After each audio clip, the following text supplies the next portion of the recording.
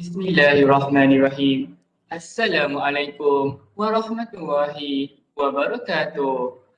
Perhatian kepada para hadirin, di sini terdapat beberapa pengumuman. Pertama, para hadirin diminta untuk membuka kamera semasa program berlangsung. Kedua, diminta para hadirin memastikan mikrofon anda berada dalam keadaan mode senyap atau mute. Ketiga, diminta pelajar mengisi Google Form kehadiran yang akan diberikan di akhir slot program. Akhir sekali, pelajar boleh mengemukakan sebarang soalan di ruangan chat box semasa program berlangsung bagi tujuan sesi Q&A. Kerjasama anda amat kami hargai. Sekian, terima kasih. Mengumumkan ketibaan para tetamu kehormat masuk ke dalam platform Webex.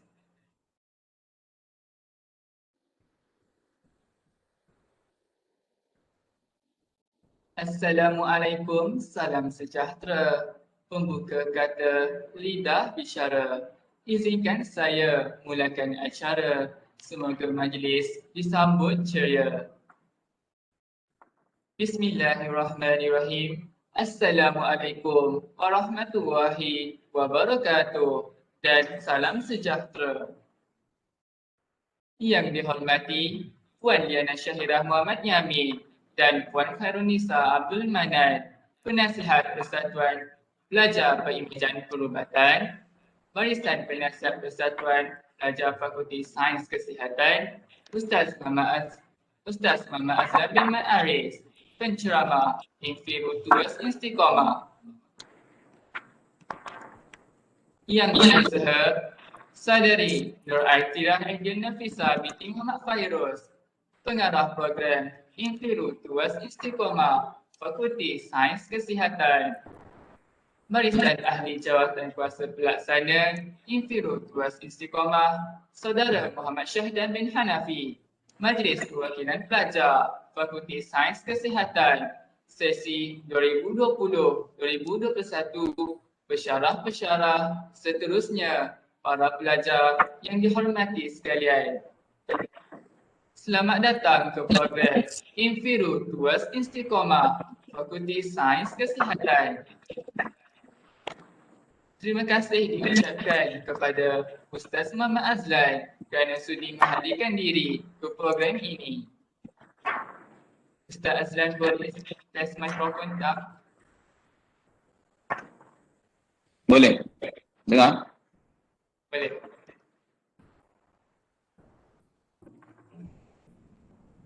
Hadirin sekalian, bagi memberkati program kita pada hari ini, dijemput saudara Muhammad Ashraf Afiq bin Omar untuk memimpin bacaan doa. Dengan segala hormatnya, dipersilakan.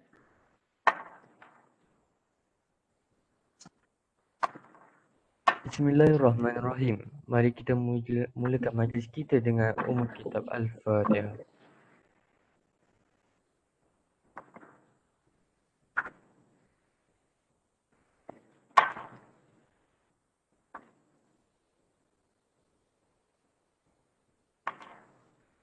Bismillahirrahmanirrahim. Alhamdulillahirabbil alamin. Wassalatu wassalamu ala asyrafil anbiya'i wal mursalin wa ala alihi wa ashabihi ajmain. Allahumma innaka khalaqul azim, innaka samiun alim, innaka ghafurur rahim, innaka rabbul arsyil azim, innaka barrul jawadil karim. Ya Allah, Engkaulah yang mempunyai segala kepujian, Engkaulah yang berhak menerima segala kepujian, Engkaulah yang berhak menerima segala kesyukuran, Engkaulah yang memiliki segala permintaan. Di tangan Engkau segala kebajikan, kepada Engkau kita segala urusan. Allahumma ya Karimu ya Rahim, cucurilah rahmat dan rahimmu ke atas majlis Infiru Tuas Istiqomah yang diadakan pada hari ini. Berkatilah ia dari awal hingga akhirnya. Ya fa'alu lima yurid. Kami juga memohon perlindungan daripadamu dari segala perkara yang boleh mencacat celakan majlis kami dan dari segala perkara yang boleh melalaikan kami dari berbuat taat kepadamu. Kepadamu jua kami serah segala urusan. Rabbana alaika tawakkalna wa ilaika abna wa ilaikal masir. Rabbana atina fid dunya hasanah wa fil akhirati hasanah wa qina adzabannar. Wa sallallahu ala sayyidina Muhammad wa ala alihi wa ashabihi wa sallam. Walhamdulillahi rabbil alamin.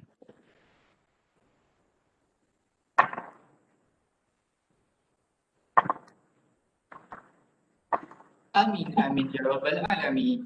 Terima kasih diucapkan kepada Saudara Muhammad Ashraf Afiq bin Omar atas bacaan doa itu tadi. Majlis diteruskan lagi dengan menasyidkan Asmaul Husna serta menyanyikan lagu Negaraku dan lagu Wawasan Setia Warga UiTM. Para hadirin diminta bersedia.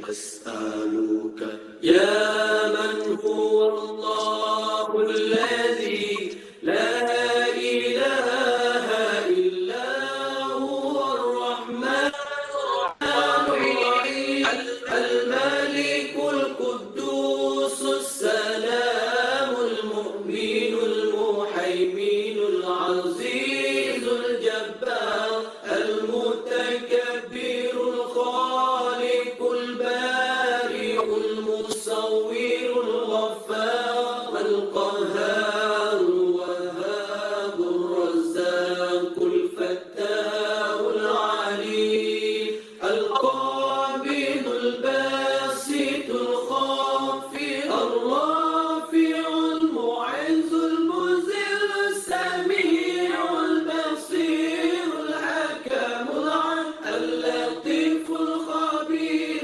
العليم العظيم الغفور الشكور العلي الكبير الحفيظ المقيم الحسيب الجليل الكريم الرقيب المجيب الواسع الحكيم الودود المجيد الباعث الشهيد الحق الوكيل القوي المتين الولي الحميد المحسن المبدع المعيد المحيي المميت الحي القيوم الواجد الماجد الواحد الصمد القادر المقتدر المقدم المؤخر الأول الآخر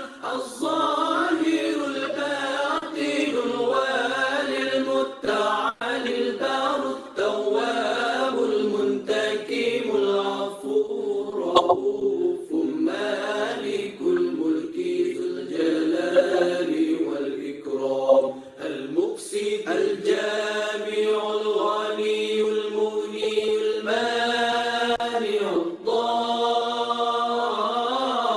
الضار النافع النور الهادي البديع الباقي الوارث الرشيد الصبور الذي ليس كمثله شيء وهو السميع البصير اللهم صل أفضل الصلاة على أسعد المخلوقات كسيدنا محمد وعلى آله وصحبه وسلم عدد معلوماتك ومداد كلماتك كلما ذكرك ذاكرون وغفل عن ذكره الغافلون.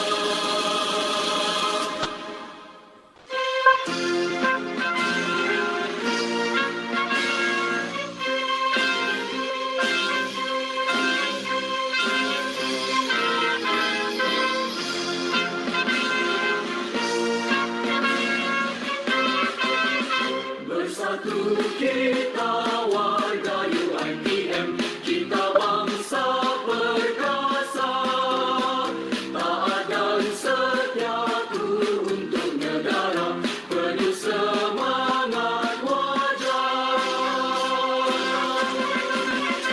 Kita jangan mudah terlupa pengorbanan perjuangan anak bangsa.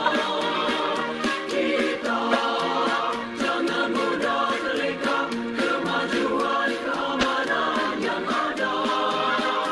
Kita berterima kasih pada pemimpin-pemimpin negara.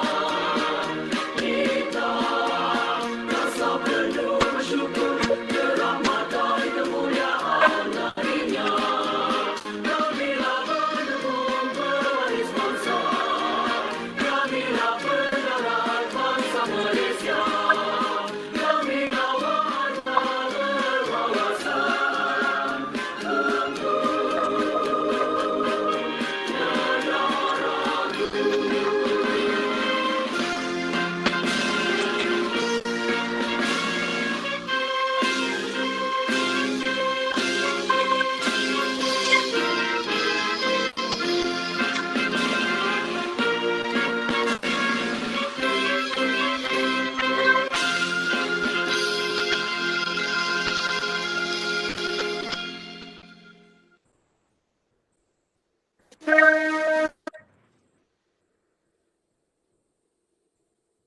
Hadirin yang dihormati, majlis akan diteruskan lagi dengan menjemput Saudari Nur Atidah Aidil Nafisa binti Muhammad Fairuz, pengarah program Infiru Towards Istiqamah, untuk menyampaikan sepatah dua kata. Dengan segala hormatnya, dipersilakan.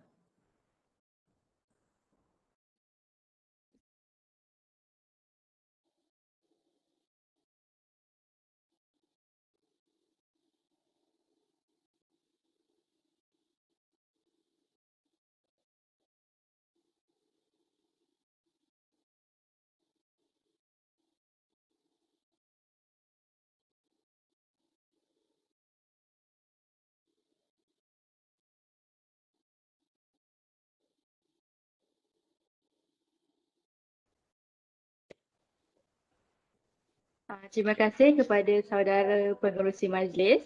Assalamualaikum warahmatullahi wabarakatuh dan salam sejahtera. Yang berbahagia Puan Diana Syahira Muhammad Yamin, Puan Khairunisa Abdul Manan, Penasihat Persatuan Pelajar Pengujian Perubatan, yang dihormati Barisan Persatuan Pelajar Fakulti Sains Kesihatan, yang dimuliakan Ustaz Muhammad Azlan bin Ma'aris, penceramah jemputan, Saudara Muhammad Syahdan bin Hanafi dan Saudara Nuruddin Hamzah bin Hamzani, Wakil Majlis Perwakilan Pelajar Fakulti Sains Kesihatan sesi 2020-2021, Barisan AJK Infiru Towards Istiqamah dan seterusnya para hadirin yang diraikan sekalian. Bersyukur kita pada limpah kurnianya diberi kesempatan untuk kita bersama-sama berkumpul pada petang 17 Ramadan ini bagi kita mendengar satu webinar bertajuk Infiru Towards Istiqamah. Terlebih dahulu saya ingin mengucapkan ribuan terima kasih kepada hadirin yang hadir kerana sudi meluangkan masa bersama-sama pada petang ini.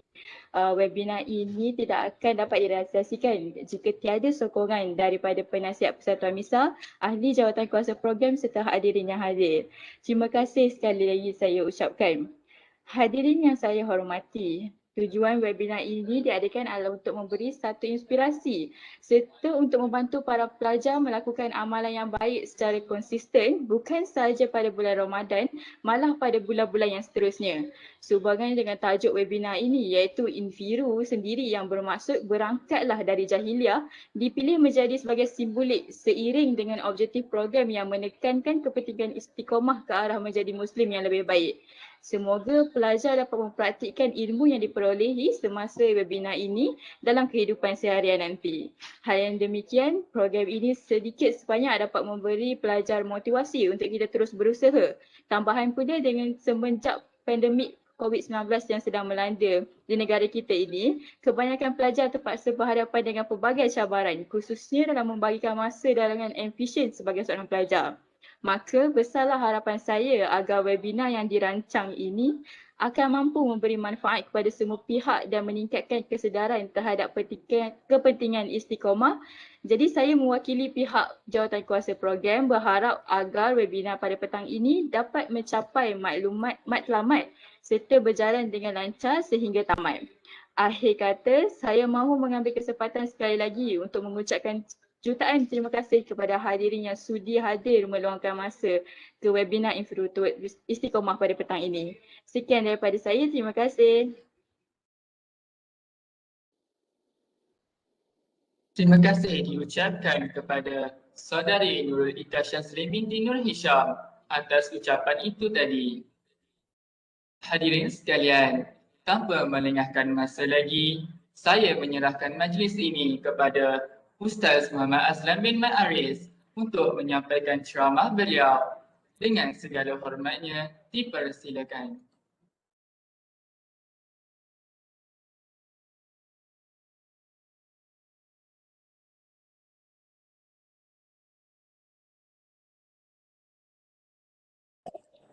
Bismillahirrahmanirrahim. Assalamualaikum warahmatullahi wabarakatuh. Terima kasih kepada pengerusi majlis, saudara Alif Aidin, juga kepada pengarah program Nurul Iqa Syazlin, barisan Urustia, juga saya nampak staf pun ada dalam ni. Terima kasih Cik Aiman.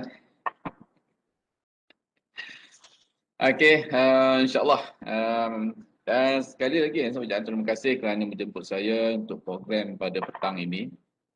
Walaupun hari cuti, tetapi tengok sambutannya agak menggerakkan daripada kalangan pelajar dan juga staf pun ada kat sini ya. Okey ke? Dah sampai peringkat ke pertengahan Ramadan ni, macam mana keadaan ya? Okey, tak sabar nak tunggu raya ke? Tak sabar sebab apa ni? Sedih sebab dah nak habis puasa dah. Cik Aiman, macam mana Cik Aiman? Kaku Cik Aiman ni.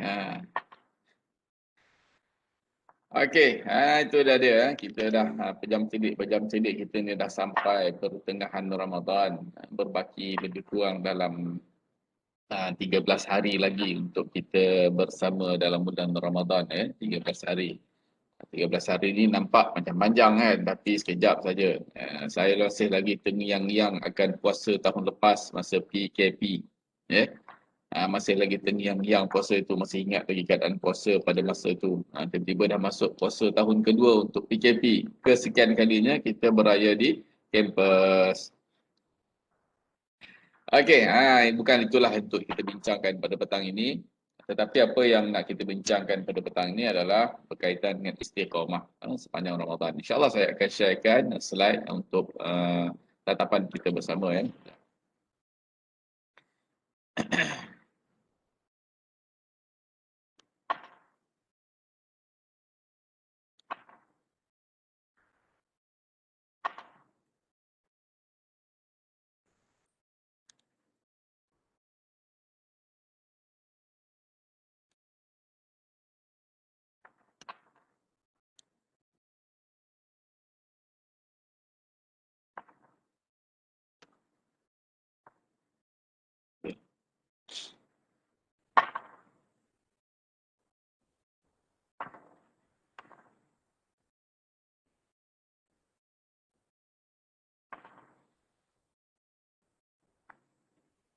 Okey, adik-adik dan tuan-tuan yang dirahmati Allah sekalian, saya namakan tajuk kita pada hari ini istiqamah pecutan terakhir. Istiqamah dalam pecutan terakhir.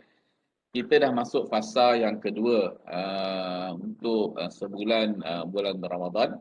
Fasa yang kedua dah menghampiri fasa yang ketiga sebenarnya. Dah menghampiri fasa yang ketiga untuk bulan Ramadan.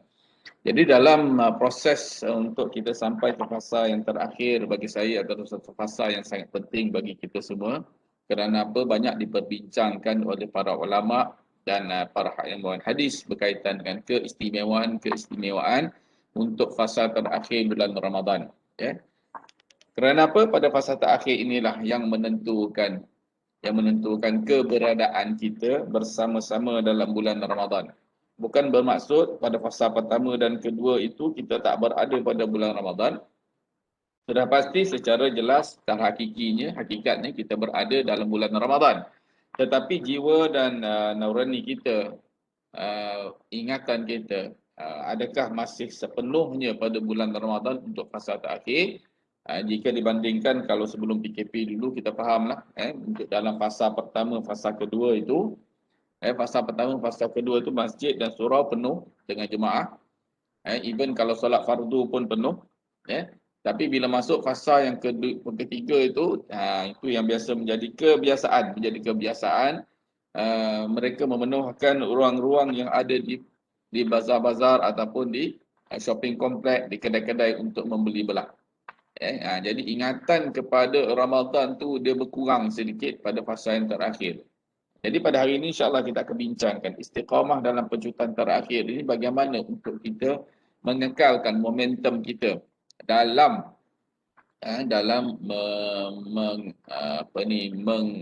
meningkatkan lagi ibadah kita, peranan kita sebagai seorang Islam untuk menghayati maksud Ramadan yang sebenarnya. Okey, sebelum saya masuk kepada perkara yang kita sebut sebagai istiqamah ini, suka saya nak mengingatkan kembali kepada kita semua berkaitan dengan usul ataupun asal kepada puasa itu sendiri. Sebagaimana firman Allah, ya ayyuhallazina amanu kutiba alaikumusiyam kama kutiba alal ladzina min qablikum la'allakum tattaqun. Wahai orang beriman, diwajibkan kepada kamu untuk berpuasa sebagaimana yang diwajibkan atas orang sebelum kamu agar kamu bertakwa. Jadi amalan atau ibadah puasa ini kita sedia maklum bukanlah saranan atau suruhan daripada Nabi SAW. Dia adalah perintah daripada Allah sendiri secara directly kepada kita orang Islam. Secara tak langsung kita kena ambil tahu ataupun kita kena laksanakan. Suka tak suka, redha tak redha, kita kena laksanakan ibadah puasa ini. Itu adalah perintah Allah Subhanahu Wa Taala. Siapa Allah? Allah yang menciptakan kita.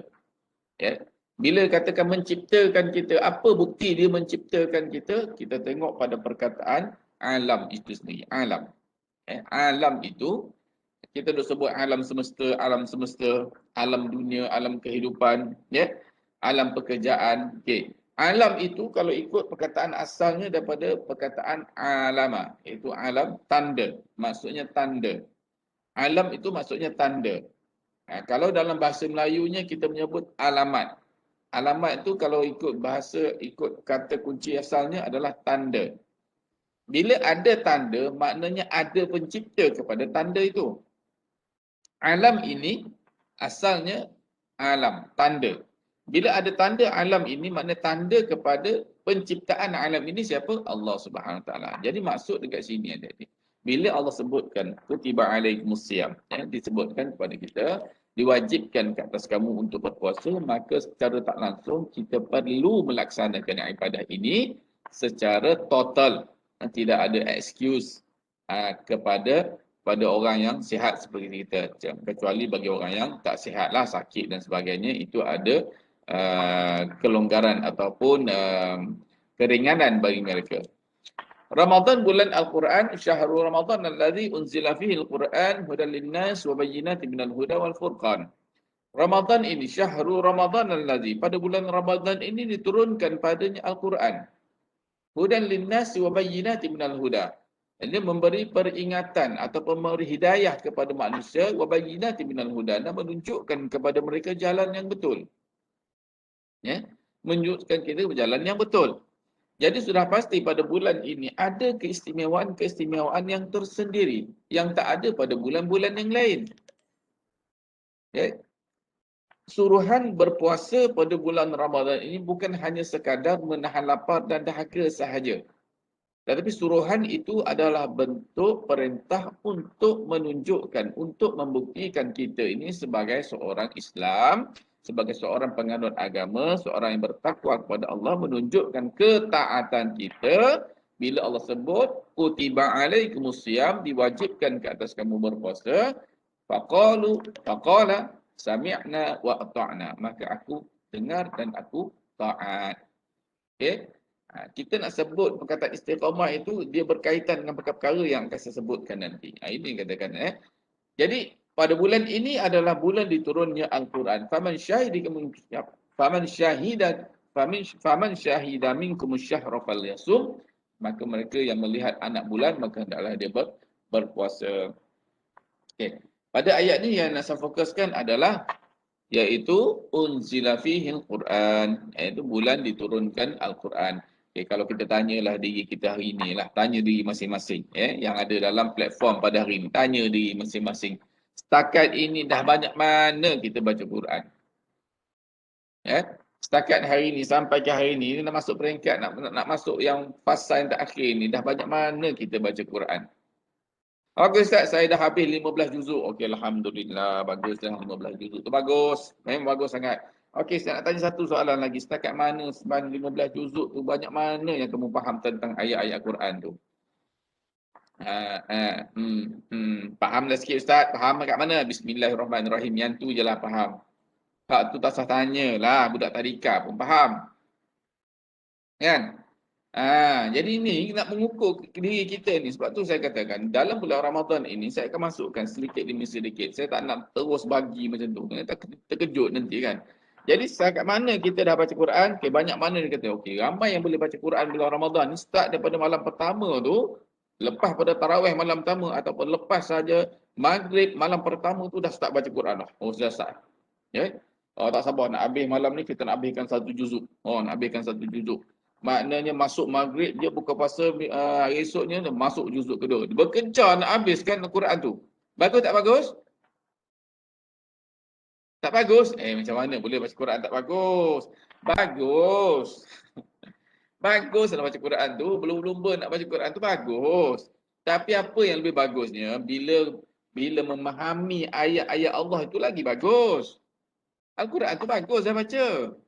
Kan? Tapi yang tak bagusnya apa? Ini saya sebutkan kat sini kan. Saya suka sebutkan bila ada mana-mana ceramah bulan Ramadan selalu saya duk tekankan. Jangan katakan bulan Ramadan ni bulan pesta ibadah. Jangan sebut bulan Ramadan ni bulan pesta ibadah. Tak gemar saya mendengarnya. Ya, sebab apa? Bila sebut pesta ibadah ni, pesta ni dia ada bertempoh. Tengok kan, kalau buat pesta apa? Pesta makyung, kan? Pesta apa lagi? Pesta buku. Betul tak? Pesta rock, konsert rock. Kan? Pesta buku seminggu saja. Lepas pada seminggu sunyi, senyap sunyi. Kan? Pesta apa? Pesta nyanyian. 2 hari kan? 2 hari berkumpul. Biasanya bila apa? Bila tu nak menyambut tahun baru. Tahun baru Masihi. Nak menyambut tahun baru Masihi, buat pesta malam tu dengan nyanyiannya, dengan apa. Habis pukul 2 pukul 3 pagi senyap habis. Sebab tu saya tak gemar guna pesta ibadah bulan Ramadan. Lebih tepat lagi kita katakan bulan tarbiyah. Itu paling tepat. Tarbiyah ini maknanya mendidik. Bila mendidik ni sepanjang masa proses pendidikan tu berlangsung sehinggalah kita mampus. Itu ayat ni kan. Maknanya tarbiyah, biar betul tarbiyah. Sebab tu dalam bulan Ramadan ini kelebihannya saya nak sebut kat sini, Allah nyatakan unzila fihil Quran. Diturunkan pada bulan Ramadan ni Al-Quran. Hudan linnas. Dia memberi hidayah kepada manusia, bukan kepada Islam. Nampak sebab Allah sebut linnas. Linnas itu manusia. Bukan lil mukminin atau lil muslimin, tidak. Tapi dia sebutkan kepada manusia. Al-Quran ni bukan khusus untuk kita saja orang Islam. Jangan tu cakap Al-Quran ni khas untuk Islam saja, orang lain tak boleh baca. Hak ni yang kamu menyekat tentang konsep ataupun dalam teologi ataupun metodologi dakwah itu sendiri. Al-Quran ni bukan untuk kita. Sebab Allah turunkan Al-Quran, fihil Quran hudan linnas. Dengar ayat yang saya nyatakan situ. Fihil Quran hudan linnas. Al-Quran diturunkan kepada manusia. Jadi Islam tak Islam, itulah kitab yang sepatutnya mereka pegang, yang kita apatah lagi kalau orang Islam. Jadi keistimewaan dia saya sebut sekali lagi bahawa Al-Quran ni diturunkan pada bulan Ramadan. Kemudian puasa menghapuskan dosa. Anna Rasulullah sallallahu alaihi wasallam kana yaqulu as-salawatul khamsu wal jum'atu ila jum'ati wa ramadhan ila ramadhana mukaffiratu ma bainahunna idza tanabal kaba'ir. daripada Abu Hurairah radhiyallahu anhu bahawa Rasulullah SAW bersabda, solat 5 waktu dari hari Jumaat ke hari Jumaat berikutnya dan Ramadan ke Ramadan berikutnya akan menghapuskan dosa selagi mana tidak melakukan dosa-dosa besar.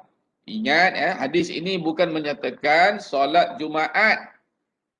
Hadis ini mengatakan solat dari hari Jumaat ke hari Jumaat. Bila sebut solat dari hari Jumaat, maknanya subuh, zuhur, asar, maghrib, isyak.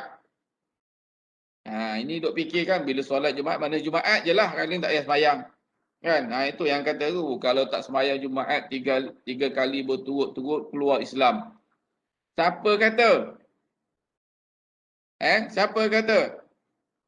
Yang betulnya siapa yang meninggalkan solat dengan sengaja. Solat dengan sengaja. Tak nyata pun solat Jumaat. Tapi solat dengan sengaja. Faqad kafara jihara. Maka jatuh kafir dia. Tegas sikit pagi petang ni kan. Biar tegas sikit. Kan? Nak masuk minggu terakhir ni. Kepala tu sebab saya nak fokus kan. Kepala tu jangan duk fikir pasal raya. Dah tak ada erti raya dah sekarang ni kan. PKP. Nak raya apa lagi? Kan? Nampak selipar banyak depan rumah boleh datang. Tak kenanya, baik tak payah. Kan? Yang penting bila dah tak ada raya, fokus Ramadan ni. Jadi maknanya solat itu dari hari Jumaat kepada hari Jumaat. Maknanya solat fardu 5 waktu tu kena buat. Sukar bagaimanapun, sakit macam mana sekalipun kena buat. Kecuali dah koma tak boleh buat apa kan. Kalau mudarat sangat tu memang tak boleh nak sembahyang apa semua, gunakanlah apa elemen yang ada, mata ke telinga ke mulut ke, gunalah untuk solat. Kemudian dikatakan juga Ramadan ke Ramadan berikutnya menghapuskan dosa-dosa. Bila sebut Ramadan, sekarang kita baru bulan Ramadan. Nak katakan hapuskan dosa tu bila? Bukan hanya sekadar Ramadan, bangun pagi, lepas sembahyang subuh, tidur sampai bangun tengah hari. Bangun tengah hari sembahyang zuhur, lepas tu sambung balik tidur, bangun petang pukul 4 pergi bazar Ramadan. Balik-balik siap-siap duduk atas meja menghadap dah. Al-Quran ke mana, ibadah lain ke mana. Kan? Kalau macam tu bukan setakat dosa tak terhapus, diri itu biar mati cepat lah. Kan? Maknanya tak ada nilai kalau begitu caranya kita menghayati ibadah. Maknanya biarlah Ramadan yang ada ni, sebab tu saya sebut bulan tarbiyah. Biar mentarbiyah diri kita ni supaya lepas bulan Ramadan ni istiqamahnya kita dalam melakukan ibadah-ibadah yang kita lakukan bulan Ramadan. Lepas tu bila disebut bulan Ramadan ini bukan hanya bulan untuk kita fokus kepada ibadah, bulan lain tidak.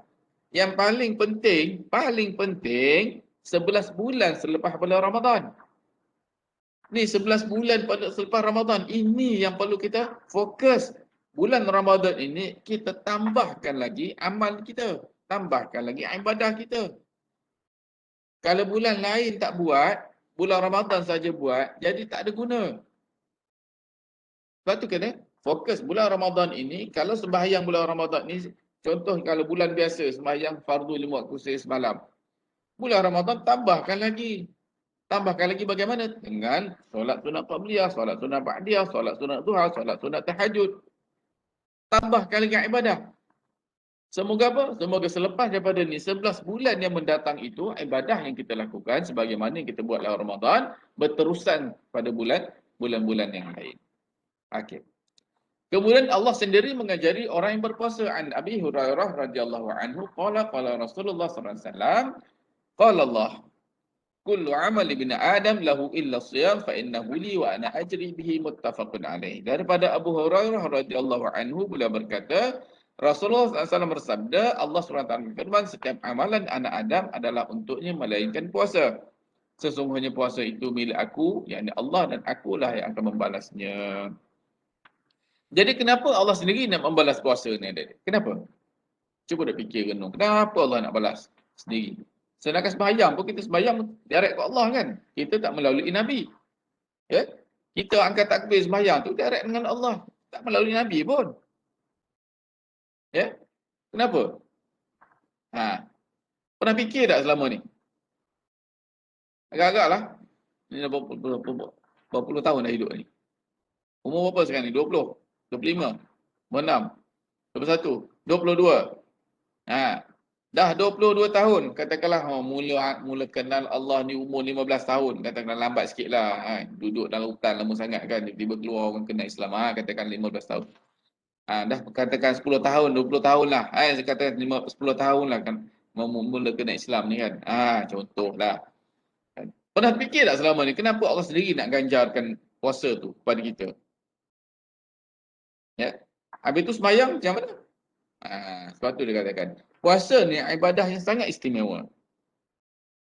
Kalau kita sembahyang, contoh kita sembahyang, rumit kita sembahyang, kita nampak dia tengah sembahyang tu, kan? Dengan perbuatan-perbuatan rukunnya, dengan rukuknya, i'tidalnya, sujudnya, kita nampak dia tengah sembahyang, kan? Ataupun kawan tu kita berjalan dekat mana-mana tempat bazar Ramadan sekarang ni, kat bazar Ramadan ni bila tengah berjalan tu ramailah peminta sedekah kan. Yang tak pernah ada, tak pernah tiba-tiba muncul kan. Ada je kan. Husnuzan lah, mungkin mereka susah time ni lah mereka nak dapatkan lebih sikit duit kan. Okey. Nampak kawan kita bagi RM10. Tanya, RM10 kau bagi kat dia lah. Alah, ini paling kecil yang kau ada. Paling kecil.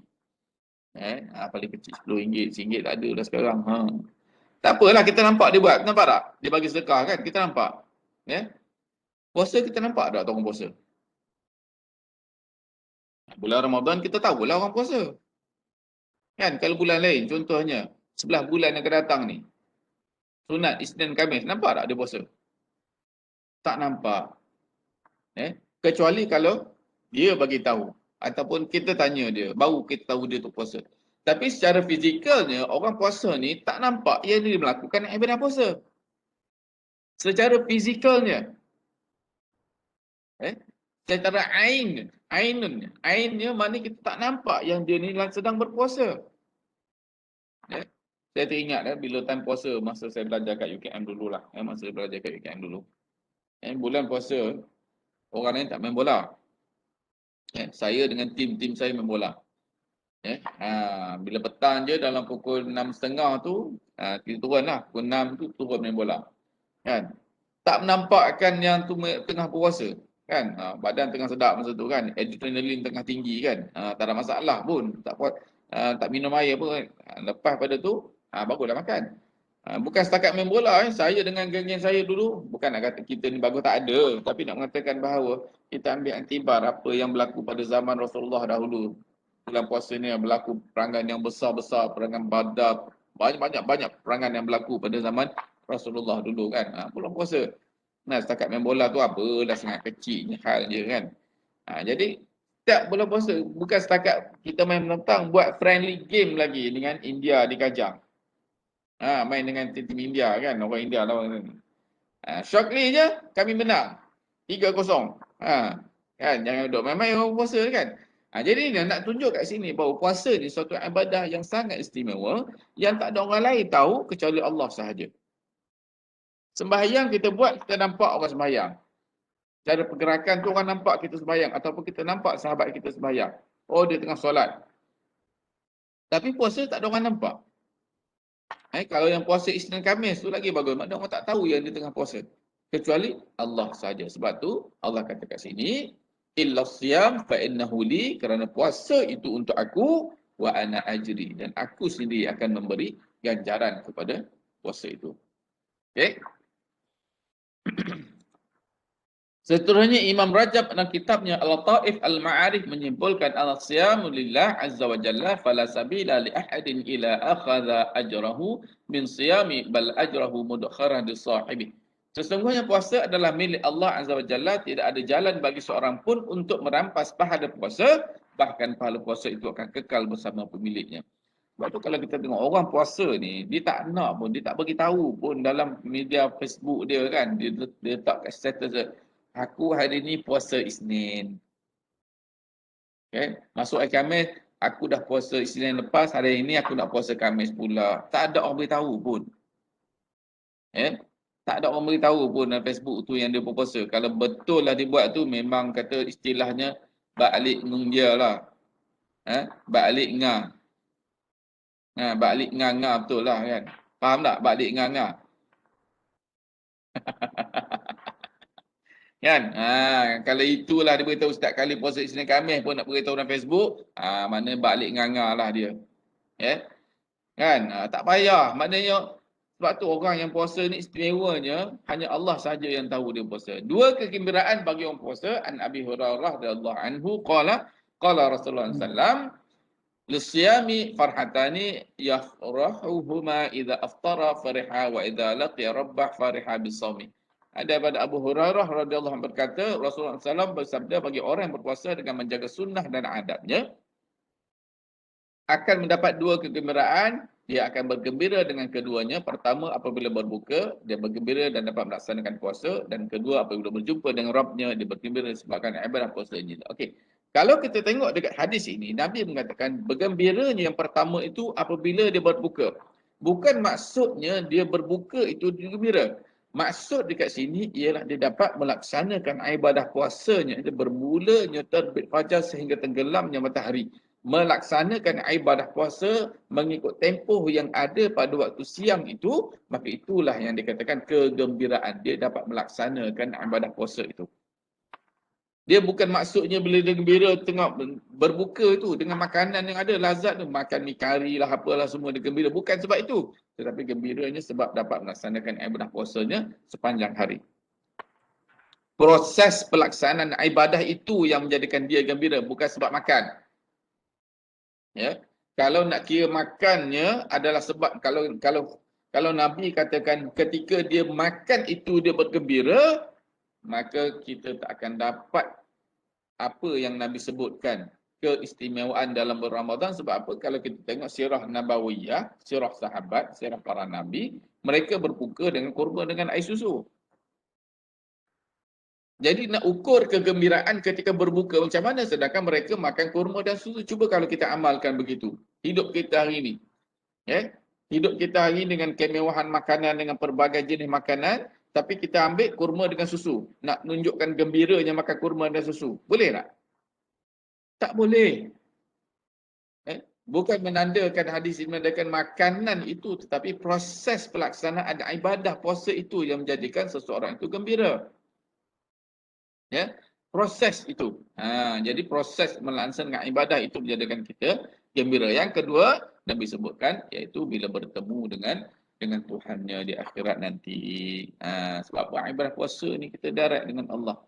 Keistimewaan orang yang berpuasa. Beruntung bagi orang suka melakukan ibadah puasa, terutamanya puasa-puasa sunat. Sangat beruntung. Pahalanya sangat besar dia, ganjarannya sisi Allah Subhanahu Wa Taala. Okey, ar-rayyan pintu syurga untuk orang yang berpuasa, kan? An Nabi sallallahu alaihi wasallam qala inna fil jannah baban yuqalu lahu ar-rayyan yadkhulu minhu as-saimun yawm al-qiyamah la yadkhuluhu minhu ahadun ghairuhum yuqalu aina as-saimun fayaqumu la yadkhulu minhu ahadun ghairuhum fa idza dakhalu ughliqa falam yadkhulu minhu ahada. Sesungguhnya di syurga ada satu pintu yang diberi nama ar-rayyan, iaitu pintu masuk bagi orang yang berpuasa di hari kiamat. Tidak akan masuk daripada pintu itu kecuali orang berpuasa akan diseru oleh penjaganya, di manakah orang yang berpuasa, maka mereka berpuasa pun bangun memasukinya, tidak ada yang akan memasukinya melainkan mereka sahaja. Jadi Allah dah sediakan suatu pintu khas khusus bagi orang yang berpuasa.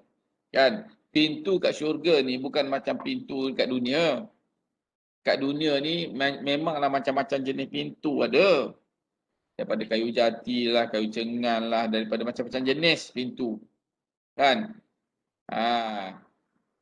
Pintu dekat syurga ni pemegang pun daripada mutiara. Pemegang dia tu mutiara, bukan mutiara macam kat Sabah tu. Kan? Ini tak ternilai. Lantai daripada emas. Pintu daripada emas, daripada belian, macam-macam pintunya tu. Dah kalau pintu daripada emas, pemegang daripada belian, mutiara, lantai pun daripada permata dan sebagainya, takkan dalam rumah dia dalam syurga tu daripada kayu. Faham tak maksudnya? Pintu itu pun dah menunjukkan kemegahan, keagungan, keistimewaan. Takkan yang belah dalam tu daripada kayu. Ini maknanya keistimewaan pintu saja pun dah gah begitu. Jadi orang yang berpuasa ni, Allah bagi dia, Allah jadikan dia satu pintu yang disebut Ar-Rayyan. Pintu syurga. Dan dipanggil pula oleh penjaganya, masuk, ayo orang puasa masuk, orang puasa mana, orang puasa masuk dulu. Kita kat dunia ni nak pergi bazar Ramadan pun kena beratur. Kan, tak kira lah siapa kau datuk ke, datin ke, menteri ke, tak. Kan, nak pergi pun, pergi hotel pun kena tempah. Kan, kena tempah. Tak ada hotel nak panggil, siapa yang berpangkat Tan Sri Datuk sila masuk ke hotel kami nak bagi makan. Tak ada. Kita pergi bazar Ramadan, orang kenal kita ni Tan Sri kan. Oh Tan Sri, tak apa Tan Sri, sila datang ke kedai tapi beraturlah dulu Tan Sri. Nak masuk masjid, nak pergi masjid pun sekarang kena bertulis apa semua, tak kira lah kau pangkat apa sekalipun. Betul tak? Kena cek suhu dan sebagainya. Undang-undang bukan untuk atasan, untuk kayangan saja, untuk semua. Kan? Jadi semua kena kat dunia ni. Tapi dekat akhirat nanti dia panggil. Penjaga tu panggil. Mana orang puasa, mai masuk. Orang puasa masuk. Contoh gitulah. Kita pun tak tahu macam mana dia panggil kan. Tapi itulah maknanya dia panggil. Dia seru orang puasa untuk masuk melalui pintu Ar-Rayyan. Dah masuk pintu Rayyan, takkan belakang tu neraka. Mestilah syurga. Kan, pintu kebaikan. Siapa tak nak? Jadi ini istiqamah dalam kita melakukan ibadah setiap pada bulan Ramadan ni bukan hanya kita melakukan puasa semata-mata, tetapi kita istiqamah dalam melakukan ibadah-ibadah yang lain. Perbanyakkan membaca Al-Quran. Yang baca Al-Quran banyak tu bukan maksud nak habis cepat baca Quran tu. Bukan begitu. Jangan duk kejar yang 30 hari tu nak habis 30 juzuk. Ini masuk saja Ramadan, oh malam ni start. Target kita tengah bulan Ramadan ni sebelum 2-3 hari sebelum puasa tu dah habis 30 juzuk Al-Quran. Kau duk baca macam tu je tak faham. Macam mana kita nak dapat syafaat daripada Al-Quran? Okey, apa lagi? Puasa dan Al-Quran pemberi syafaat. Ini saya bukan Abdullah Umar anda Rasulullah SAW qala as-siyamu wal Quranu yashfa'ani al-'abdu yawm al-qiyamah yaqulu as-siyam ayya rabbi man mana'tuhu as-sa'am wasyahawati bin nahari fashaffi'ni fi wa yaqul Quran mana'tuhu al-yawm mana'tuhu al-nawm bil laili fashaffi'ni fi qala fayashfa'an. Daripada Abdullah bin Amru bahawa Rasulullah SAW bersabda, puasa dan Al-Quran akan memberi syafaat kepada hamba-Nya orang berpuasa dan yang sentiasa membaca Al-Quran di hari kiamat nanti. Puasa akan berkata, wahai Tuhan, sesungguhnya aku telah menahan hamba-Mu daripada makan dan minum dan perkara syahwat pada waktu siang, maka terimalah syafaatku dia kepadanya. Nampak? Puasa yang kita lakukan ini sangat istimewa adik-adik kerana apa? Dia memberi syafaat kepada kita di akhirat nanti. Memberi syafaat, tidak ada syafaat, tidak ada perlindungan kecuali daripada Allah Subhanahu Taala. Sebab tu kalau kita baca dalam beberapa kitab mengatakan di akhirat nanti orang yang berjalan di akhirat itu mengikut amalan masing-masing. Ada berjalan menggunakan kaki, ada yang berlari, ada berjalan menggunakan kaki, ada yang merangkak, ada yang berjalan menggunakan lutut, ada berjalan menggunakan perut, ada berjalan menggunakan tangan, ada berjalan menggunakan muka. Yang menggunakan muka itu yang sehina-hina manusia lah. Jadi puasa yang kita buat ini, dia akan memberi syafaat kepada kita di hari akhirat nanti. Puasa yang kita buat ini, yang kita lakukan ini. Selain daripada itu, Al-Quran yang kita duk baca. Bukan sekadar kita baca, sebab tu kalau kita tengok ada ayat mengatakan orang laknat bagi orang yang membaca Al-Quran. Laknat bagaimana? Membaca sahaja tanpa memahami intipati daripada ayat-ayat Allah. Al-Quran itu bukan diturunkan hanya untuk dibaca semata-mata, tetapi untuk diambil iktibar daripada Al-Quran itu. Kita duk baca, kita nak ambil lesen. Kan? Buat lesen, tak kira lesen motor ke lesen kereta. Kita baca buku manual dia kan. Kita baca buku manual dia bagaimana nak masuk signal ke kanan, nak buat signal tangan, nak brake emergency dan sebagainya. Kita baca benda tu. Sebab apa? Nak lulus. Betul tak? Kan? Nak lulus. Bukan setakat baca adik-adik, kita pergi kursus lagi dekat sekolah memandu. Kursus teori. Kan? Yang kat depan tu pun pokpek tentang undang-undang. Kita yang duk rasa menyampah pun kita duk tahan telinga. Dengar jugalah sebab apa? Nak lulus. Jadi kalau kita boleh istiqamah dalam melakukan perkara-perkara keduniaan, nak lulus perkara dunia, takkan akhirat kita buat lebih kurang. Akhirat tu lagilah, kan? Jadi istiqamah dalam kita melakukan ibadah kepada Allah ini, dia akan memberi manfaat kepada kita di akhirat nanti. Yang jadi masalahnya sebab kita tak nampak perkara tu dalam hidup kita. Yang kita duk bayang dalam hidup kita ni apa yang nampak secara fizikal depan mata kita. Itu yang kita duk kejar. Sebab apa? Nampak ganjaran itu datang. Orang yang bekerja buat overtime. Kerja tu dah memang gaji lah bulanan contohnya kan. Gaji dia bekerja 8 pagi hingga 5 petang, gaji dia kan 3,000. Hak tu dia tak pelik sebab dia dah tahu tiap-tiap bulan dia akan dapat. Tapi yang dia kerjanya OT ni, overtime. Kan? Duk kerja juga lah 4 jam, 5 jam sehari, 4 jam, 5 jam sehari. Sebab apa? Bila dia kira 4 jam katakan gaji dia 3,000, dia dapatlah 300.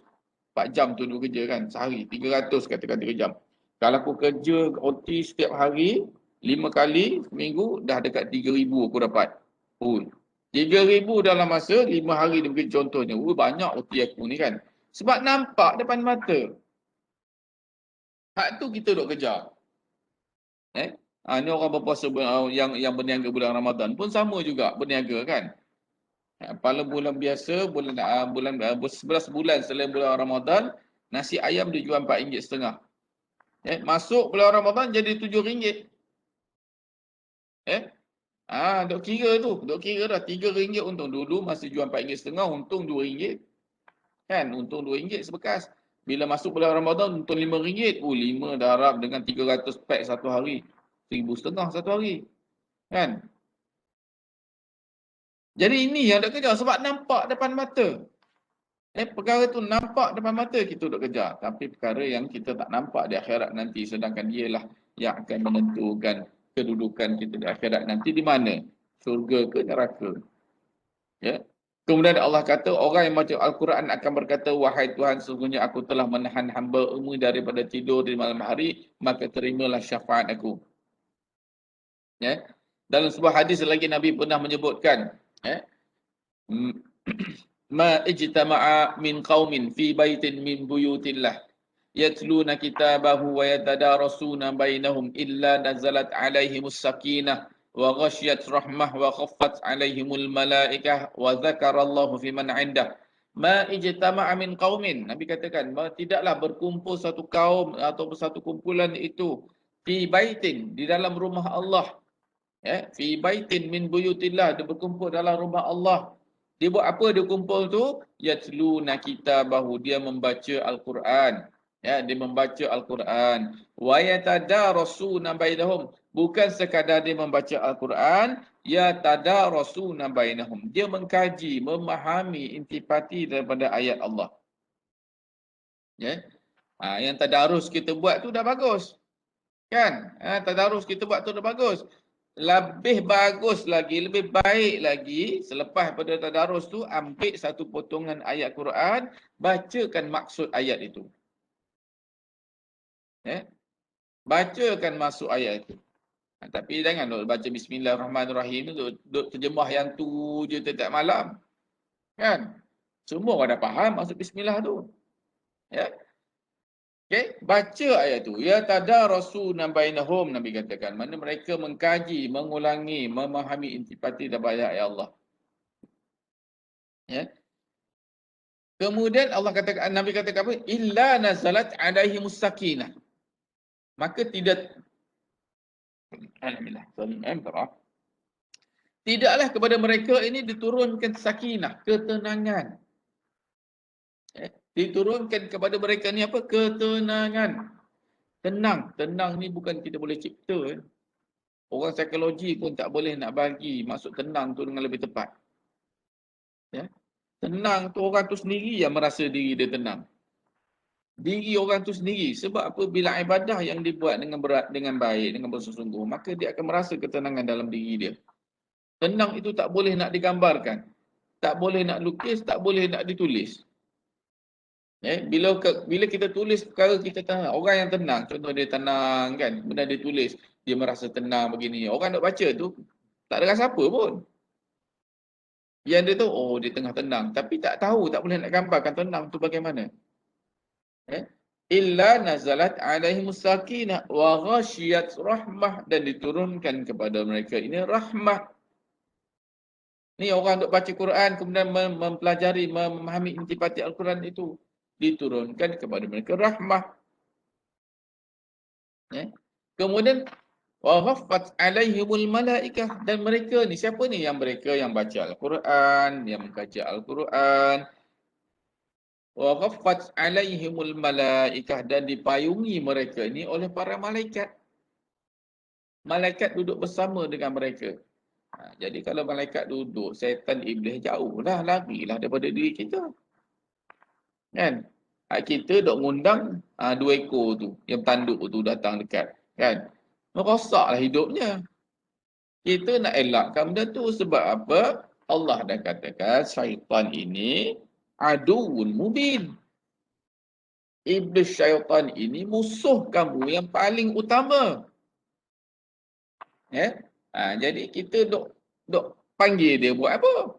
Jadi yang mana bulan Ramadan ini, kalau orang baca Quran, wa ghaffat alaihimul malaikah, dan dipayungi mereka ini dengan oleh para malaikat. Kemudian Nabi katakan wa zakarallahu fi man indah, dan nama mereka ini disebut-sebut di kalangan hamba-hamba atau makhluk-makhluknya yang lain. Istimewanya bagi orang yang baca Al-Quran. Apatah lagi kalau bulan Ramadan. Dilipat gandakan pahala sebangai. Saya yakin kamu semua adik biasa dah dengar kan, bahawa membaca Al-Quran itu setiap huruf yang kita sebut itu diberi ganjaran oleh Allah, ganjaran oleh Allah sebesar qirat, satu huruf satu qirat. Sahabat tanya pada Nabi, ya Rasulullah, satu qirat tu bagaimana rupanya? Nabi gambarkan satu qirat itu untuk satu huruf yang kita sebut. Satu huruf, bukan satu kataan Alif lam mim tu 3 huruf. Jadi satu huruf tu bersamaan dengan satu qirat. Nabi sebut satu qirat tu besar mana? Besar gunung Uhud. Tak nak lagi ke? Dah sebut banyak dah pahala kelebihan bulan Ramadan ni kan, baca Quran dan sebagainya. Takkan tak tengiu nak rebut peluang yang ada. Mereka ni akan diberi, yang pertama Nabi sebut rahmat, ketenangan orang baca Quran. Kemudian yang keduanya diberikan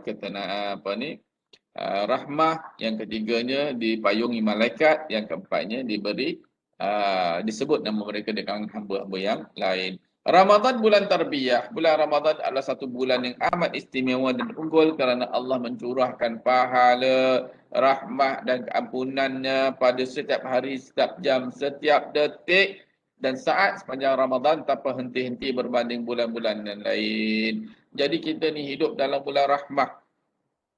Segala perkara yang kita buat berbentuk ibadah diberi pahala. Ada yang kata, kalau macam tu yang duduk tidur sepanjang hari pun dikira ibadah. Itu berdoa. Belegar kan dalam masyarakat kita hari ini, tidur bulan puasa pun dapat pahala. Itu berdoa, nipu. Yang dikatakan tidur tu, tidur bagaimana? Tidur sebab nak bangun malam tu.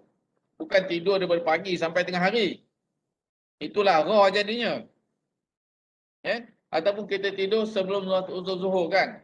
Daripada qailullah kan. Qailullah tu. Itu pun bagus. Tidur sementara sebelum masuk zuhur. Maknanya bangun saja terus solat zuhur. Itu bagus.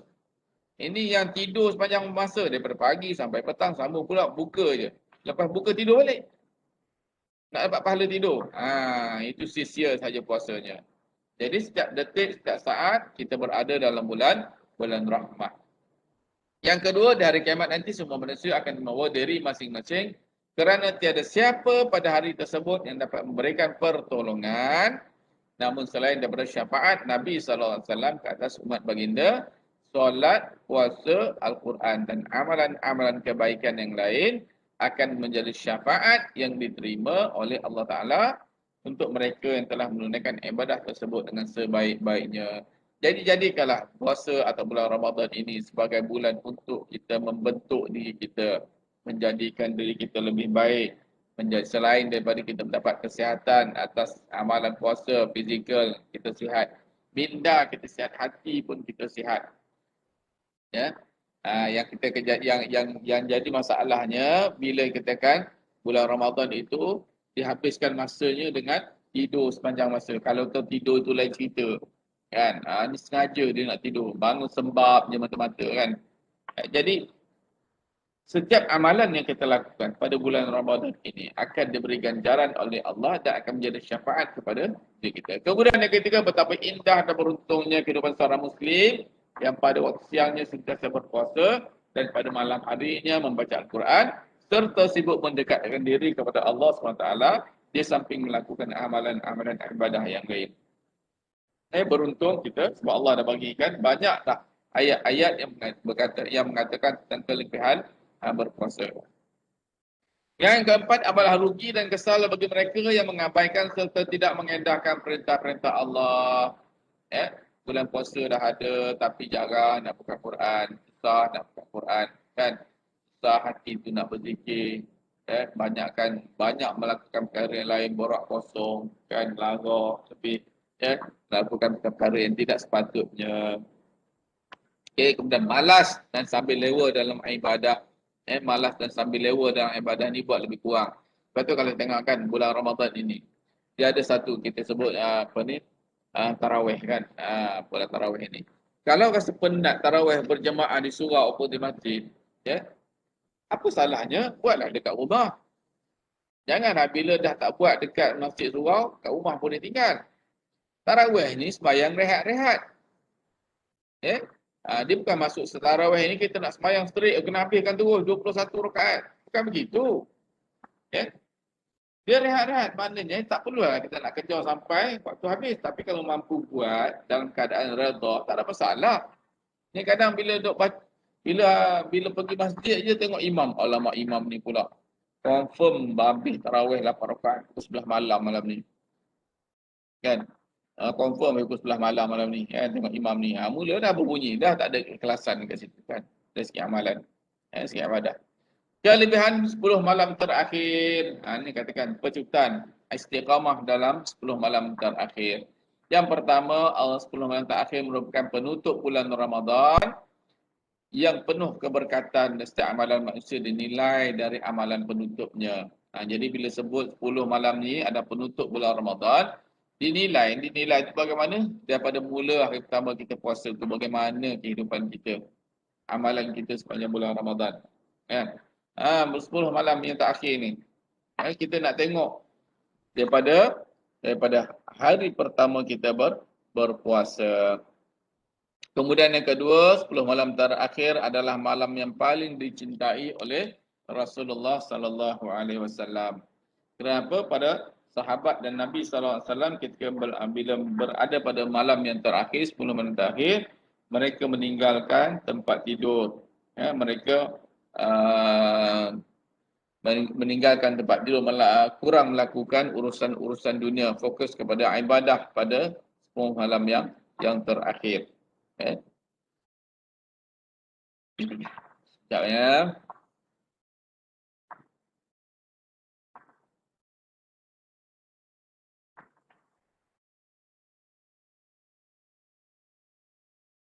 Okey. Jadi 10 malam terakhir adalah malam yang paling dicintai oleh Rasulullah dan para sahabat. Jadi pada malam kita akan masuk tak lama lagi, mungkin salam sehari dua lagi kan, tinggal beberapa hari, 2 hari lagi untuk kita berada pada malam yang terakhir.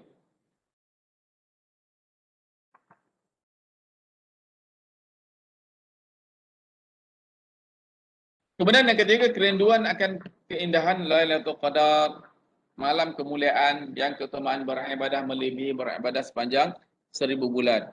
Jadi kalau nak dapat perkara ni, bukan pada malam yang terakhir baru kita nak start beribadah sungguh-sungguh, nak banyak baca Quran.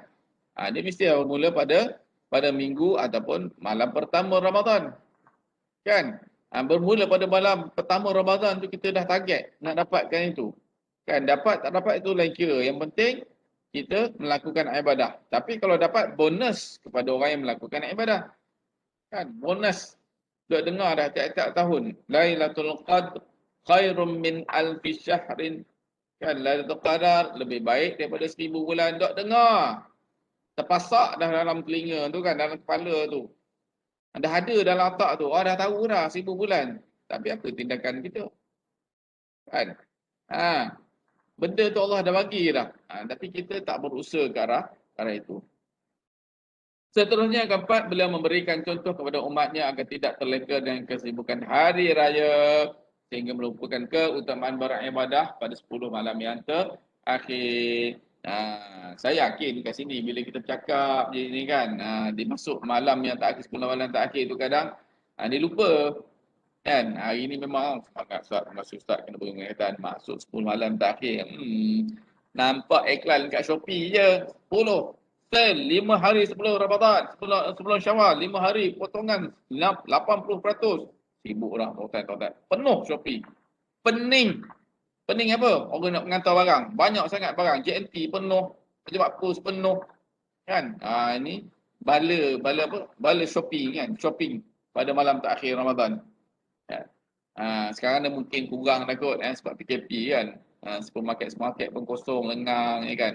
Tapi tak lengang tu tak adalah lengang macam biasa. Ramai juga orangnya pun.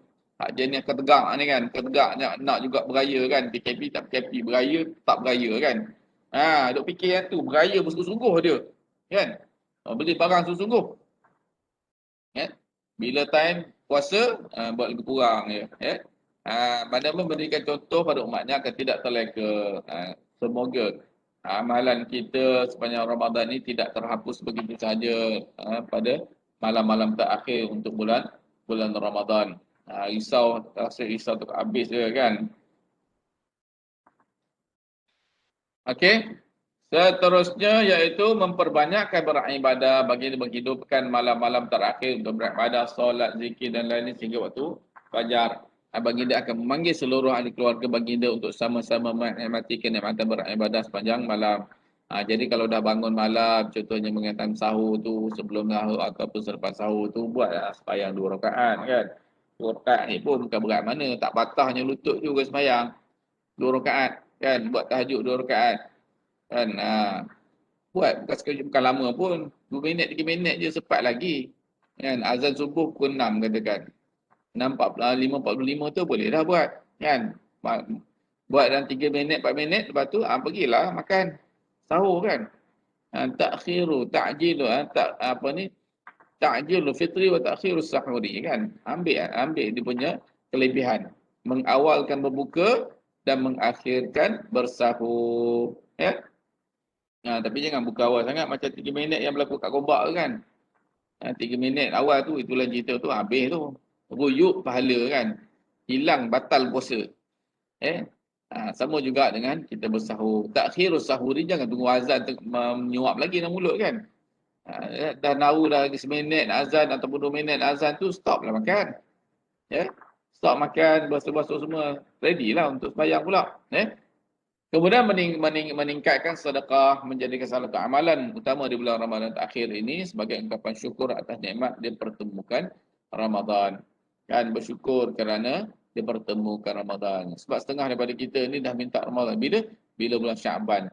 Kan, bulan Rajab dah Syaban, selalu doa kan, Allahumma barik lana fi Rajabin wa Sya'ban wa balighna Ramadan. Kita doain tu kan.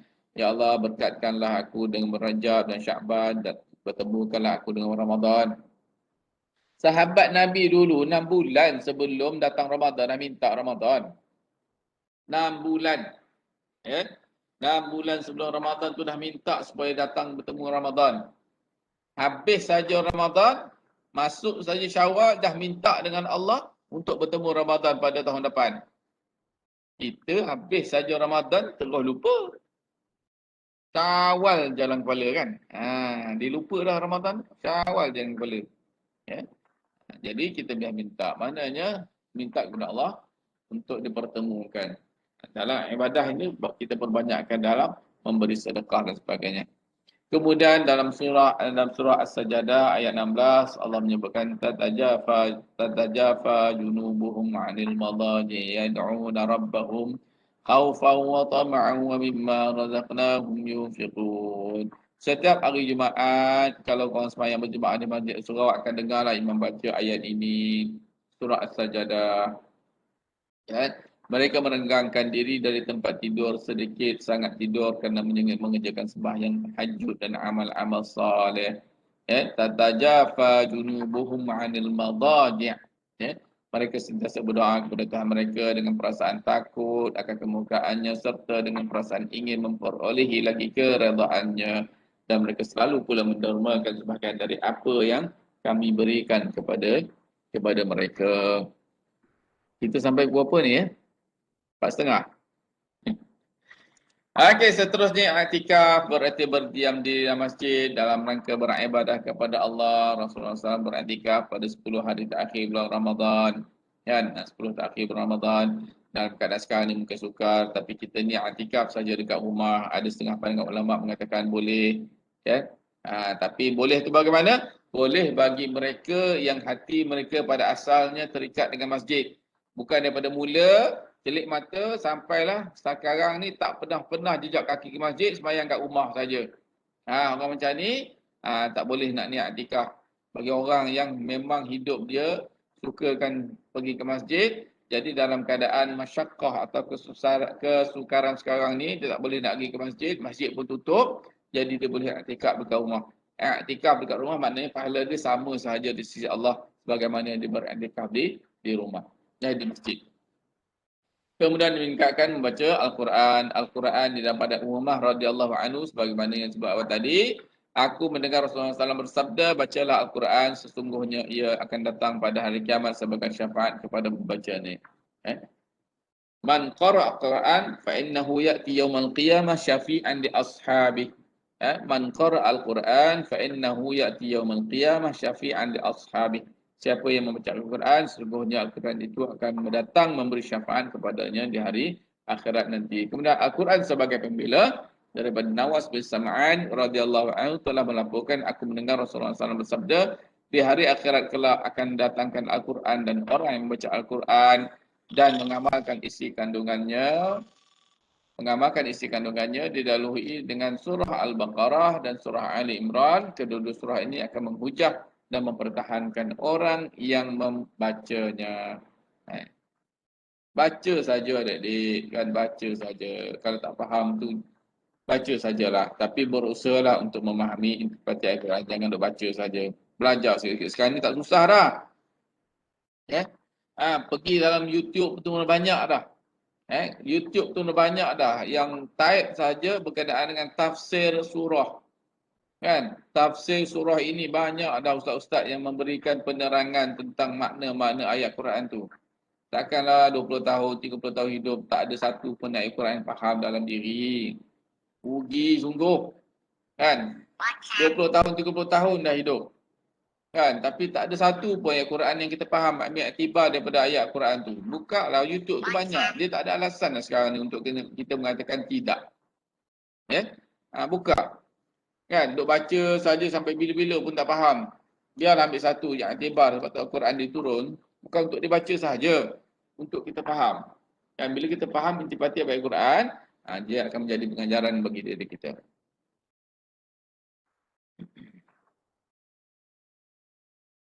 Sesungguhnya orang yang belajar dan mengajar Al-Quran adalah sebaik-baik amalan. Jadi kena banyak belajar dan mengajar Al-Quran. Beruntung bagi orang yang faham tentang Al-Quran ni dan mengajar kepada orang yang lain. Sebaik manusia di antara kamu orang yang mempelajari Al-Quran dan mengajarkan kepada yang lain. Maknanya dia belajar Al-Quran, kemudian dia mengajar Al-Quran kepada orang lain. 2 pahala bagi orang yang susah menyebut dan baca Al-Quran. 2 pahala. Daripada Aisyah radhiyallahu anha telah berkata, sabda Nabi SAW, orang yang membaca Al-Quran dan susah untuk menyebut ayatnya, ia mendapat 2 pahala. Iaitu orang yang susah membaca dan menyebut. Maknanya orang yang dia nak belajar Al-Quran, dia tak tahu, dia tak reti membaca Al-Quran, tapi dia nak belajar Al-Quran. Dia sebut salah pun dia dapat pahala. Dia sebut salah pun dia dapat pahala. Kemudian dia belajar tu pun dapat pahala. Kan? Dia tak tahu baca Quran, tapi dia nak belajar Al-Quran. Dia belajar Al-Quran, dapat pahala. Dia menyebut Al-Quran, walaupun salah, dapat pahala. Tapi bagi orang yang dah mahir, fasih, fushah dalam bacaan, pahalanya tu lain lah pula. Kan? Jangan duk kira sampai bila-bila lah tak nak belajar Quran, biarlah sebut susah, belajar dapat pahala juga. Jadi kalau yang tu tak tahan lama, tak lama yang tu. Mungkin sekejap saja dia baca Quran, lepas tu tinggal terus Al-Quran. Kemudian Allah mengangkat martabat golongan pembaca Al-Quran daripada Umar Al-Khattab bahawa Nabi SAW bersabda sesungguhnya Allah mengangkat martabat beberapa golongan dan merendahkan martabat yang lain dengan sebab Al-Quran. Allah mengangkat. Kemudian yang seterusnya, fasih membaca Al-Quran lebih layak menjadi imam solat jemaah. Daripada Ibnu Mas'ud radhiyallahu anhu bahawa Nabi Muhammad SAW bersabda, orang yang paling layak mengimami kaum di dalam sembahyang ialah mereka yang terfasih membaca Al-Quran.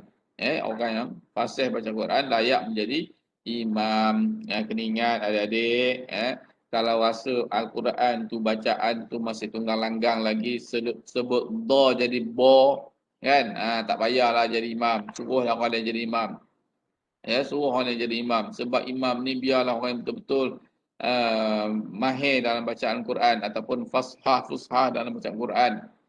Ini kadang bacaan Fatihah pun sebutan pun tunggang langgang, sibuk nak jadi imam kan. Bukan tak boleh, boleh, tetapi kena belajar dulu. Kecuali kalau dah bidang terjun. Bidang terjun tu maknanya dah memang tak ada orang dah nak pergi baca. Bolehlah ke depan. Sebab yang makmum yang lain pun sama juga disebut. Imam sebut ba, makmum sebut ba juga. Boleh sama-sama. Ini kadang makmum ada yang sebut ba betul. Kan? Yang sebut ba tu lah nak jadi imam. Dia kena ingat sebab imam ni berat tanggungjawab dia. Dia menanggung bacaan-bacaan makmum yang lain. Dia bukan menanggung dosa bacaan-bacaan makmum yang lain. Kemudian membaca Al-Quran mendapat ketenangan dari Bara' bin Azib radhiyallahu anhu telah melaporkan seorang lelaki membaca surah Al-Kahfi dan sisinya seekor kuda yang diikat dengan dua tali, maka awan di langit mula melindunginya dan semakin hampir dan kudanya pula menjauhinya. Apabila menjelang pagi, beliau pergi berjumpa Nabi Muhammad SAW dan menceritakan peristiwa tersebut, maka baginda bersabda, itulah sakinah, ketenangan yang diturunkan disebab baca Al-Quran. Banyak ada contoh-contohnya kan. Sebab tu kalau orang yang duk baca Quran hari-hari ni, sebenarnya dia mendapat satu keistimewaan di sisi Allah SWT. Ketenangan yang tak akan dapat pada orang lain. Bagus, sebab apa? Kadang-kadang orang yang baca Quran ni, Allah permudahkan segala urusan dia yang lain. Urusan dia belajar, dalam keadaan sukar untuk dia belajar memahami, nak faham dan sebagainya tu. Dengan baca Quran tu, insya-Allah ketenangan tu datang. Allah bagi permudahkan bagi dia, Allah bagi jalan kepada dia untuk segala kesusahan yang dia alami. Ini kalau susah sikit tanya orang, susah sikit tanya orang, tak nak rujuk dengan Allah dulu, tak nak rujuk dengan diri sendiri, tengok macam mana amal ibadah kan. Al-Quran tu yang paling penting. Mendekatkan diri dengan Al-Quran tu. Dan kemudian bila kita baca Quran, rumah pun jadi rumah yang mawaddah, rumah yang tenang. Kan? Ini dah takut Al-Quran tak baca. Kan? Jarang nak buka Al-Quran. Sehari kadang susah, kadang seminggu baru sekali buka Al-Quran. Lepas tu rumah datang jin. Datang jin, yang jadi mangsa siapa? Ustaz juga. Kan? Saya lah orang lain. Kan? Panggil ustaz, suruh halau jin. Daripada halau jin, baik halau tuan rumah tu dulu. Kan? Ini rumah yang tenang. Sebab tu Nabi menyebutkan rumah yang sentiasa dibacakan Al-Quran di dalamnya akan mendapat rahmah. Mendapat rahmah daripada Allah. Kan? Bila dapat rahmah daripada Allah ni, segala kejahatan yang tak kira lah daripada sesiapa pun akan terhindar. Kan? Tak nak lagi ke? Allah dah bagi dah syarat dengan tu, dah bagi dah benda tu dalam kita punya kehidupan. Tapi kadang kita leka, alpa, tak nak ikut apa yang Allah sebut, yang Allah bagi kemudahan, keistimewaan pada diri kita. Kemudian Rasulullah SAW bersabda, yaqul al-tamisuha fil ashri al-awakhiri min Ramadana lailatul qadri fi tasi'atin tabqa fi sabi'atin tabqa fi khamisatin tabqa. Rasulullah SAW sabda, carilah ia pada 10 yang terakhir daripada Ramadan iaitu Lailatul Qadar, pada ke-9 yang bakinya, pada 7 yang bakinya, pada 5 yang bakinya. Maknanya orang yang melakukan ibadah puasa ini, target yang paling utama dia iaitu yang pertama adalah melakukan ibadah tanggungjawab puasa itu sendiri. Yang kedua adalah untuk mendapat keistimewaan yang Nabi sebutkan yang Allah berikan hanya pada bulan Ramadan, iaitu Lailatul Qadar. Kan? Nak dapat keistimewaan Lailatul Qadar ini bukan bermula daripada 10 malam yang terakhir. Dia bermula pada awal bulan Ramadan. Pada 10 malam terakhir itu fokus kepada ibadah tu lebih lagi. Dan Nabi suruh cari malam yang ganjil, ya, iaitu pada 9, baki 9, 9 yang terakhir, 9, 7, 5, 3. Kan? Tetapi ada setengah ulama mengatakan pada 10 malam terakhir itu sapu bersihlah ibadah. Jangan dilekakan dengan perkara yang lain. Kita dia berubah masyarakat kita. Bila 10 malam terakhir sibuk dengan rebut untuk mendapatkan potongan harga sale, kan, 50%, 60%. Ui, murah ni bang, jom. Biasanya bini jadi yang ni kan. Kepala haliangnya kan. Dah murah ni, ada offer ni, bolehlah kita pergi. 10 malam terakhir tu kan. Kita duk sibuk dah 10 malam tu. Dia tak fikir tu, fikir lain kan. Bukan boleh, tak ada masalah pun. Kan? Pergi lepas tarawih. Kan, tarawih pukul 10, pergi 10 lagi 5 minit, sebelum komplit dah tutup, sampai-sampai dah tutup. Alhamdulillah, lega lagi dia kat kan. Ya. Sibuk dengan perkara lain. Ya. Dah PKP ni, tak adalah kan. Maknanya tak adalah. Kata, bukan tak boleh, tapi kata ala kadar. Dari segi urusan dunia tu. Ya, dari segi urusan dunia tu ala kadar. Kalau nak cari sekarang kan, sebelum terakhir tu. Cari sekarang. Tengok dekat mana-mana kan, yang kata boleh murah apa semua. Ala kadar lah. Ya. Sebab Nabi dulu tak fokus pada Syawal, Nabi fokus pada Ramadan. Kita ni sebab duk hari-hari lagu raya tu timbul. Hari-hari dekat radio tu lagu raya timbul kan. Lagu balik kampung lah, apalah semua. Itu yang jadi jiwa tu menggelegak, memberontak nak balik kampung, nak beraya. Kan? Puasa tak habis lagi. Kalau tengok tahun-tahun dulu kan, sebelum PKP, tahun lepas, tahun 2017, 18, sebelum tu lah, bawah pada tu kan. Baru hari pertama puasa, dah keluar lagu raya. Baru hari pertama puasa dah keluar lagu raya. Ni yang jadi haru birunya kan. Media-media sosial ni kan, tak ada benda lain. Kita nak fokus pada ibadah pada bulan Ramadan. Seterusnya Aisyah radhiyallahu anha qalat qultu ya Rasulullah ara'aita in alimtu ayyul lailatul qadri ma aqulu fiha qala quli Allahumma innaka 'afuwun karim tuhibbul 'afwa fa'fu anni. Ya Aisyah radhiyallahu anha, aku bertanya wahai Rasulullah, menurutmu apa yang sebaiknya aku ucapkan jika aku menemukan malam Lailatul Qadar? Beliau bersabda, berdoalah ya Allah, sesungguhnya engkau maha pengampun dan bersifat pemaaf, maka ampunilah aku. Ini doa yang biasa kita sebutkan. Allahumma innaka 'afuwun karim tuhibbul 'afwa fa'fu anni. Sekejap ya, ada khas sikit ya. Sorry ya, nak ada khas sikit. Okay, jadi Aisyah bertanya kepada Nabi, doa apa yang terbaik? Inilah doa dia. Allahumma innaka 'afuwun karim tuhibbul 'afwa fa'fu anni. Jadi doa ni janganlah tunggu malam Lailatul Qadar. Start daripada malam pertama tu dah boleh dah. Tak kira bila masa pun. Lepas solat Zuhur ke Asar ke Maghrib ke Isyak ke, buatlah, bacalah doa ni. Bukan panjang, bukan susah sangat, bukan. Doa daripada hadis yang sahih. Hadis sahih. Hadis mutawatir, hadis yang bagus, yang kata mutawatir, yang betul lah. Ya. Allahumma innaka 'afuwun karim tuhibbul 'afwa fa'fu anni atau fa'fu anna. Kan? Minta keampunan daripada Allah Subhanahu Wa Taala. Kemudian seterusnya daripada hadis lagi, iaitu puasa dalam Al-Quran akan memberi syafaat. Akan memberi syafaat bagi seorang hamba pada kiamat, puasa. Bagaimana hadis yang sebut di awal tadi ya. Diulang balik ini. Okey. Kemudian binasalah seseorang yang apabila namaku disebut depannya dan dia tidak mengucapkan salawat kepadaku. Bila kita sebut Allah Nabi Muhammad sallallahu alaihi wasallam, maka kita wajib sunat wajib kita jawab Allahumma shalli ala sayyidina Muhammad. Ya. Dan binasalah seorang apabila Ramadan menemuinya, maka dia menghabiskan tanpa mendapatkan ampunan daripada Allah. Habis Ramadan tak ada apa-apa, biasa saja. sia-sia saja kan. Maka seorang itu akan hidup dia akan disisiakan, mensia-siakan hidup dia tanpa ada keberkatan dalam hidup. Dan binasalah juga orang yang kedua, orang tuanya berusia lanjut, namun mereka berdua tidak dapat masukkannya ke dalam syurga.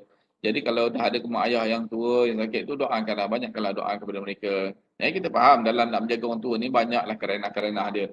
Tapi doa kita dalam sembahyang tu jangan lupa Allah maghfirli dzunubi wali walidayya, kan, mohon kepada Allah keampunan, ya. Kemudian pada akhirnya puasa versus ibadah.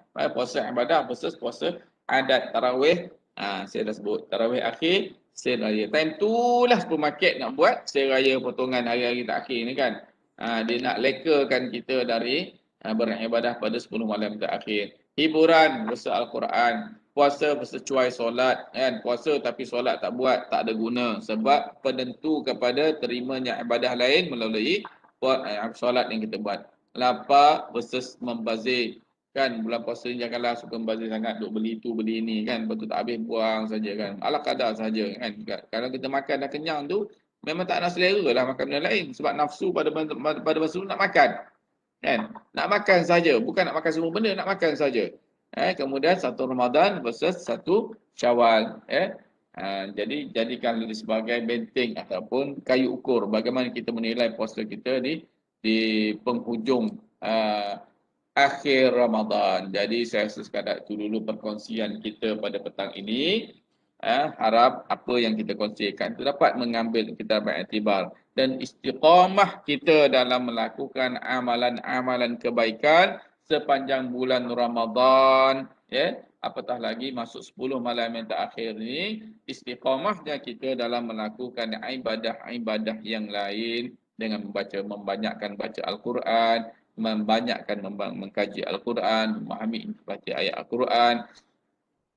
Seterusnya untuk apa? Untuk keberkatan, untuk kita mendapat redha Allah Subhanahu Wa Taala. Jadi pecutan 10 malam yang terakhir, istiqamah dalam 10 malam yang terakhir ini supaya menjadi iktibar bagi diri kita. Saya akhiri dengan lafaz yang mulia, aqulu qawli hadza wa astaghfirullahal azim li wa lakum. Assalamualaikum warahmatullahi wabarakatuh. Mohon maaf jika ada tersalah dan tersilap sepanjang bersama. Wallahu a'lam.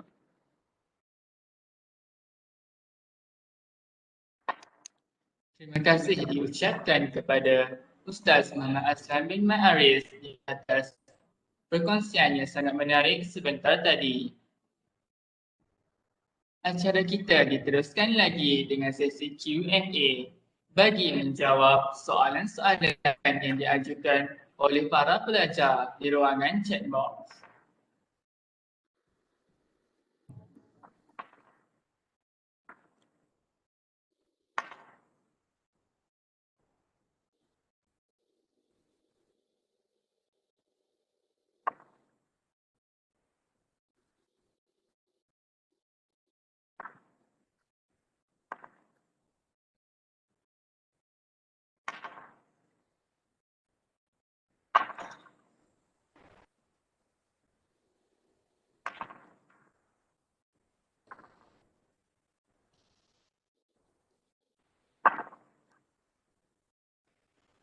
Para pelajar boleh bertanya soalan di ruangan chat box. Soalan pertama daripada saudari Atirah Nafisah. Dia bertanya, jika seseorang itu waktu zaman sekolah dia istiqamah hafal beberapa surah, namun bila dah masuk universiti makin sibuk banyak surah dah terlupa. Berdosa Ustaz, adakah wajib untuk dia mengulangi hafalan yang dia lupa? Okey. Mengikut ada perselisihan pandangan berkaitan dengan perkara itu. Satunya bila kita sebut kita menghafaz Al-Quran, ni suatu perkara yang baiklah. Suatu perkara baik yang sangat dianjurkan oleh orang Islam, dan kita sebagai orang Islam pun sepatutnya kita menghafaz ayat-ayat Allah ini. Jadi pada masa awalnya tu mungkin dia istiqamah dalam menghafaz Al-Quran. Kemudian bila dah meningkat dewasa, dah masuk universiti, banyak cabaran dan dugaan dia lupa tentang ayat-ayat Al-Quran tu. Ada setengah mengatakan dia berdosa tapi tidak melakukan dosa yang besar. Tapi ada pandangan mengatakan perlu dia untuk mengulangi bacaan-bacaannya untuk mengingat kembali ayat-ayat yang telah dihafaz. Perlu. Maknanya tidak melibatkan dosa tapi perlu dia perlu menghafaz balik ayat-ayat yang dah dihafaz itu. Supaya apa? Supaya dia mendapat keberkatan dalam apa yang dah dilaksanakan. Jadi ada perselisihan dekat situ. Ada pandangan mengatakan dosa tapi dosa kecil. Dan ada pandangan mengatakan perlu dia menghafaz kembali ayat-ayatnya itu. Wallahualam.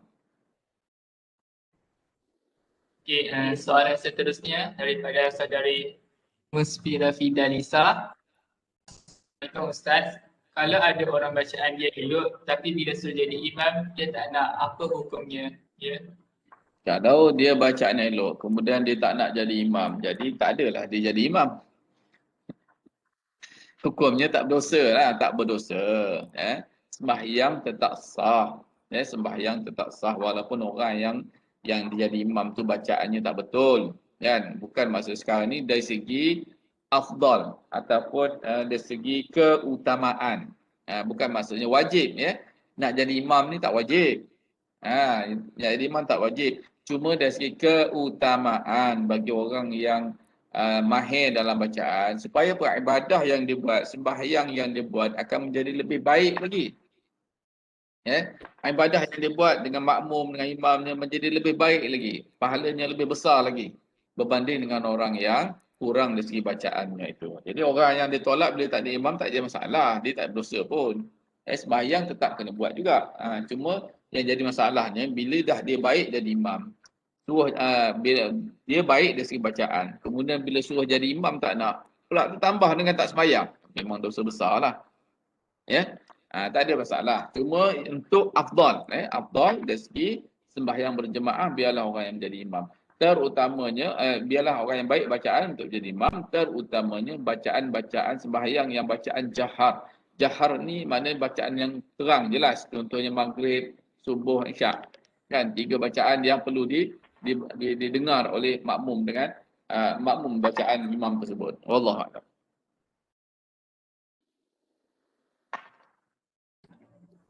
Soalan ketiga daripada saudari Nurul Inka.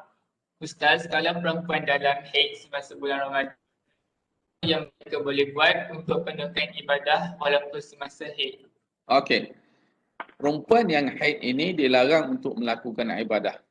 Ibadah khusus. Ibadah umum boleh. Ibadah khusus seperti solat, puasa, membaca Al-Quran, larang. Itu ibadah khusus, larang. Bukan hanya pada bulan Ramadan saja, pada bulan-bulan lain pun sama saja. Tapi bagi perempuan yang begini, orang yang dalam haid ini, dia tidak dilarang untuk berzikir. Saya teringat satu kisah yang berlaku pada seorang pelajar, tak silap saya di UIA, pelajar perempuan. Istiqomahnya dia dengan sembahyang ini, bila dia datang haid, dia ambil tikar sembahyang, sejadah, dia letak dekat menghadap kiblat, kemudian dia berzikir. Semasa tempoh sembahyang, contohnya zuhur, masuk saja zuhur, dianggarkan orang sembahyang zuhur ni lebih kurang dalam 10 minit, katakan 10 minit. Jadi dia ambil tikar sembahyang, dia letak menghadap kiblat, dia boleh berzikir. Untuk setiap waktu dia buat.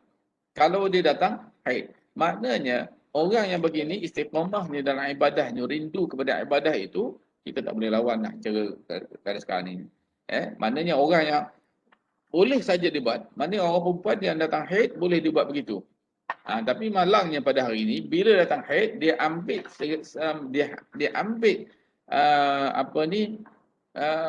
kita panggil apa? Dia ambil masalah haid dia itu untuk dia tidak melakukan ibadah. Sedangkan boleh ibadah. Ibadah yang tak boleh, ibadah khusus. Tapi ibadah umum dia boleh buat. Kan? Contohnya macam tadi lah. Masuk je waktu asar, dia duduk menghadap kiblat ataupun dia duduklah dekat mana dia pun berzikir. Tak kira lah berzikir. Zikir subhanallah, alhamdulillah, Allah akbar tu berzikir. Kan? Berzikir sepanjang tempoh untuk contoh 5 minit sembahyang. Habis 5 minit dia bangun. Maknanya dia nak letakkan diri dia tu, walaupun dalam keadaan haid, dia nak letakkan diri dia itu dalam tempoh ibadah itu, dia beribadah kepada Allah. Okay? Wallahu a'lam. Nah, maknanya orang yang tak haid tadi, ibadah khusus tak boleh buat. Tapi ibadah umum boleh buat dengan zikir dan sebagainya. Wallahu a'lam. Soalan seterusnya daripada saudari Nishamira. Ustaz Azlan, adakah semua amalan yang kita lakukan, kalau kita terlupa nak niat, adakah amalan itu diterima? Amalan di sini yang saya maksudkan ialah tidak berkaitan dengan amalan wajib seperti solat dan tadi. Macam mana? Soalan tadi. Amalan yang kita lakukan kena ada niat. Okey. Kalau kita terlupa nak niat, adakah amalan itu diterima? Amalan di sini yang maksudkan adalah tidak berkaitan dengan amalan wajib seperti solat dan puasa. Okey. Kalau berdasarkan kepada hadis Nabi SAW, hadis ni biasa semua orang dengar. Innamal a'malu binniyah. Ya, setiap amalan dimulai dengan niat. Ya. Kullu amalin bimaqasidha. Itu dari segi kaedah usul fiqh ni, kullu amalin bimaqasidha. Maknanya setiap amalan itu dimulakan dengan niatnya. Ya. Jadi yang paling senang kita dengar innamal a'malu binniyah. Setiap amalan dimulai dengan niat. Okay. Amalan yang kita lakukan tak kira apa saja amalan. Sama ada amalan itu berkaitan dengan amalan keduniaan ataupun amalan yang berkaitan dengan ibadah. Dua perkara ini perlukan pada niat. Contoh kita makan, kita nak niat. Ada niat nak makan? Ada. Kan? Kita makan tu kita nak makan tengah hari. Dah niat dah. Makan belum lagi dah ada makan. Kan? Dah nak makan. Apatah lagi kalau berkaitan dengan ibadah. Okey, setiap amalan yang tidak ada niat, setiap amalan yang berbentuk ibadah tapi tidak ada niat, tidak dikategorikan sebagai ibadah. Tidak mendapat pahala ibadah. Contohnya kalau kita makan tu niat kita makan kerana nak dapat kesihatan. Kita tak akan sebut, saja aku makan kerana untuk mendapatkan kesihatan. Kita tahu secara umum makan ini untuk melepaskan diri daripada lapar dan mendapatkan kesihatan. Jadi di situ dikira sebagai niat. Niat bagaimana? Di awal ni kita mulakan dengan Bismillahirrahmanirrahim. Itu sudah dikira ibadah. Ya? Jadi segala amalan yang kita lakukan, kalau tak dimulai dengan niat, tengok pada jenis amalan. Kalau amalan keduniaan, tidak ada masalah. Contohnya kalau kita naik motor, tak niat pun naik motor tapi bawa motor. Kan? Tak jadi ibadah. Tapi kalau kita niat naik motor tu kerana nak mendapatkan kemudahan, kita kena baca Bismillahirrahmanirrahim. Subhanallazi sakhkhara lana hadza wa ma kunna lahu muqrinin wa inna ila rabbina lamunqalibun. Dengan membaca ayat ini sebagai ibadah, maka kenderaan yang kita naik itu akan diberi pahala oleh Allah Subhanahu Wa Taala. Wallahu a'lam. Banyak juga soalan ni ya. Tak apa saya baca. Soalan seterusnya. Okey. Okey, soalan dia. Betul ke kalau kita ada hutang solat fardu, kita punya solat sunat semuanya tak diterima selagi kita tak qada solat fardu itu? Ini soalan yang baik kan? Ya. Penentuan kepada terimanya ibadah-ibadah yang lain adalah berdasarkan kepada solat fardu. Jika kita tinggal solat fardu, kita tak buat pun solat fardu, kemudian kita buat solat sunat, maka pahala sunat itu tidak diterima. Kecuali bagi orang yang taubat. Maknanya kalau 10 tahun dia hidup dah 20 tahun kan. Pada start di akhir balik itu dia tahu, memang dia tahu solat fardu ni wajib dibuat, tapi dia tak nak buat. 5 tahun dia tinggalkan solat fardu. Kan?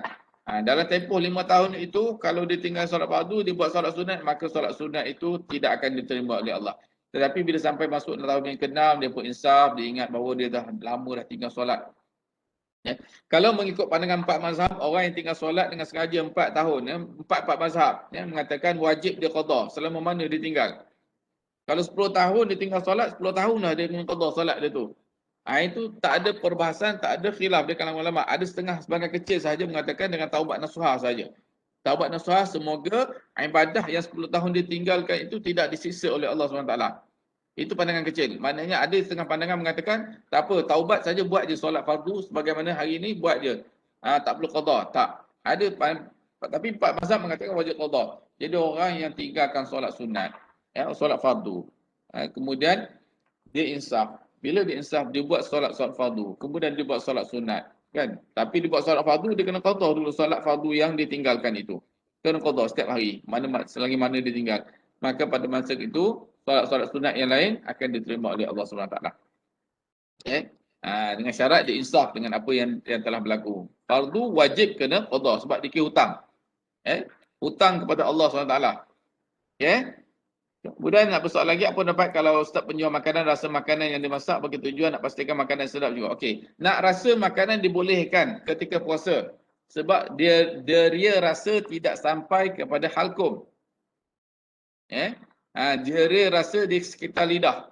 Sebab tu kalau diharuskan, dibolehkan bagi orang yang buat makanan, contoh kalau mak masak kat dapur sekalipun, dia nak rasa betul ke masin ke tidak, dia ambil, dia rasa sikit lidah dia, tak kat lidah dia rasa masin, kemudian dia buang balik. Rasa itu bukan macam kita rasa masuk satu senduk dalam mulut. Itu bukan rasa, itu mengkata darah namanya. Kan? Jadi nak rasa tu sikit. Ambil kuah tu rasa dekat lidah sikit, kemudian buang. Buang balik. Sikit saja sebab dia rasa di bahagian lidah, bukan bahagian dalam. Bahagian dalam, bahagian tu saluran makanan, tidak. Dibolehkan. Maknanya rasa sikit, rasa masin, buang. Kehek balik lah, buang balik, ludah balik. Jangan telan terus. Telan terus, batal puasa. Okey, biasanya kita banyak punya Al-Quran di rumah tapi ada favorite Al-Quran yang lebih selesa untuk kita gunakan. Apakah hukumnya kalau kita tidak menggunakan Al-Quran lain tersimpan sahaja mau bercadang? Okey, tak ada masalah pun. Rumah saya pun banyak Al-Quran. Kan? Kita ambil yang Quran yang kita bisa selesa baca kan, kita gunakanlah.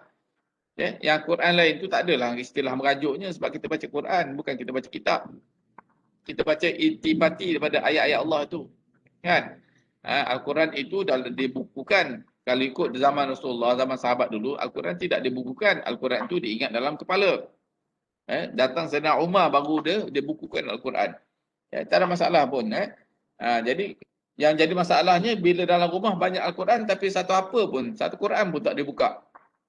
Itu jadi masalah. Kan? Beli Al-Quran 10 tahun. Begitulah Quran tu bersih, jernih, tak ada kotor, tak ada apa pun. Kan? Tersimpan elok je, susun elok kan. Dia tengok je, bangun pagi tengok kan. Nak tidur tengok, bukanya tidak. Tak ada masalah, boleh saja. Kemudian, adakah semua amalan yang kita lakukan ada niat? Okey, ini sudah tadi ya. Ada lagi? Banyak soalan. Adakah berdosa jika seorang tidak mahu belajar untuk baca Quran tapi dia melaksanakan semua rukun Islam solatnya? Okey. Belajar tetapi melaksanakan semua rukun. Okey. Melaksanakan ibadah berbeza dengan belajar. Melaksanakan ibadah berbeza dengan belajar. Orang yang melakukan ibadah tanpa belajar sesat. Nampak? Dia khawatiri melakukan segala rukun-rukun tetapi tidak bertepatan dengan kehendak Al-Quran. Sebab tu dikatakan Al-Quran ini buku panduan. Kalau tak belajar, bagaimana kamu boleh melakukan rukun-rukun yang ada sedangkan kamu tak belajar? Jadi kalau dia nak lebih faham, maknanya dia kena belajar Al-Quran, memahami intipati Al-Quran baru dia melakukan rukun-rukun yang lain. Tapi sepaham kita, setahu kita, apa yang kita lakukan rukun-rukun itu sudah selari dengan kehendak Al-Quran. Okay. Yang ini tak ada masalah. Cuma lebih baik lagi kita dah laksanakan rukun-rukun solat. Contohnya solat kita laksanakan mengikut kehendak Al-Quran. Lebih baik kita belajar tentang solat daripada Al-Quran. Apa kehendak Al-Quran berkaitan dengan solat. Keistimewaan Al-Quran yang diceritakan. Keistimewaan solat yang diceritakan Al-Quran. Itu lebih baik. Maknanya sekali tak berdosa tetapi rugi pahala. Tidak berdosa tapi rugi pahala. Maknanya jika kita tidak mahu baca Al-Quran tapi melaksanakan segala rukun, boleh, tak ada masalah, tapi rugi pahala sebab Al-Quran ni, membaca Al-Quran adalah ibadah. Saya sebut di awal tadi, satu huruf sebesar sebanyak satu qiraat dia mendapat pahala. Satu qiraat bersamaan dengan gunung Uhud pahalanya membaca Al-Quran. Rugilah. Peluang tu ada tapi kita tinggalkan. Kita memilih-milih ibadah tertentu saja dalam kita melakukan ibadah. Okey. Tentang perempuan yang masih dalam haid tapi ingin belajar Al-Quran, adakah dibolehkan? Okey. Yang perempuan yang masih dalam haid, kalau dia nak belajar Al-Quran, tidak dibenarkan. Tak. Belajar tu maksudnya nak menghafaz Al-Quran, tak boleh. Tapi kalau dia membaca tafsir Al-Quran, dibolehkan. tanpa dia menyebut ataupun mengungkapkan ayat-ayat Al-Quran. Kena faham. Ya. Kalau nak belajar tafsir, maknanya dia berguru dengan satu guru dalam kelas. Dalam kelas tu guru tu mengajar tafsir Al-Quran, dibolehkan. Tapi dengan tidak membaca ayat-ayat Al-Quran itu. Yang tak bolehnya haid ni dia baca Al-Quran. Itu tak boleh. Kecuali bagi orang yang hafizah. Ya, ini keistimewaan. Hafizah ni orang perempuan yang hafizah. Hafizah dibolehkan dia untuk mengulangi atau mengulang kaji bacaan Al-Quran tanpa memegang Al-Quran. Khusus kepada hafizah sahaja. Orang awam macam kita, kalau yang perempuan, tak dibenarkan. Ya, sekadar nak hafal tu kerana apa? Nak hafal saja. Itu tak dibenarkan. Maknanya kena tunggu dia suci dulu baru dia boleh baca balik. Okey. Kemudian nak tanya, kalau orang baca Al-Quran sangkut-sangkut nak tak lancar. Nak lancar lebih baik masuk kelas mengaji atau boleh belajar sendiri saja. Lebih baik masuk kelas mengaji. Dah kamu tak lancar, kamu belajar sendiri, macam mana kamu nak tahu betul ke tidak bacaan? Kan?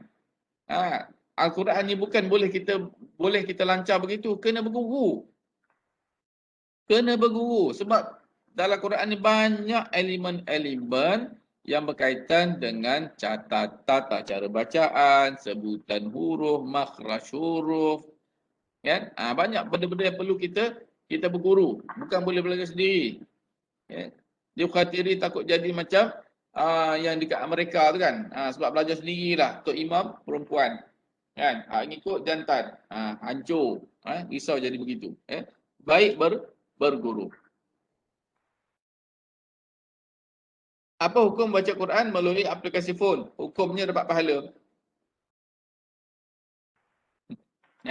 Hukumnya dapat pahala. Kan? Sebab sekarang tak ada masalah. Okey, bila kita buka phone, aplikasi Al-Quran dalam phone, bila kita buka saja dia sudah dikira sebagai Al-Quran. Maksudnya bila kita buka aplikasi telefon, Al-Quran melalui telefon, haram bagi kita masuk dalam tandas dengan aplikasi itu terbuka. Ataupun haram bagi kita meletakkan dia di atas lantai. Haram. Walaupun dia telefon, tetapi bila dia buka saja aplikasi melalui telefon, sudah dikira sebagai Al-Quran. Dan orang yang nak baca tu kena ada wuduk. Tapi ada setengah pandangan mengata tidak ada masalah, boleh saja tanpa ada wuduk, tapi jangan sentuh ayat Al-Quran. Jangan sentuh ayat Al-Quran. Maknanya kalau kita nak beralih muka tu, kita slide tempat yang kosong kan. Slide tempat yang kosong. Okey? Boleh saja. Kalau kita nak iktikaf dekat masjid, lepas tu kita keluar dari masjid tanpa ada sebab yang tentu, adakah terbatal iktikaf? Ya, terbatal. Terbatal. Tengah iktikaf, tiba-tiba saja nak keluar, batal iktikaf. Maknanya masuk balik, kena iktikaf balik. Tapi kalau tak sengaja, contohnya tengah iktikaf terkentut, nak keluar kan, tak ada masalah. Pergi ambil wuduk, masuk balik dan surau. Sepanjang masa tu dia masih beriktikaf di rumah Allah. Okey. Soalan yang terakhir, sesi Q&A ditutup. Terima kasih.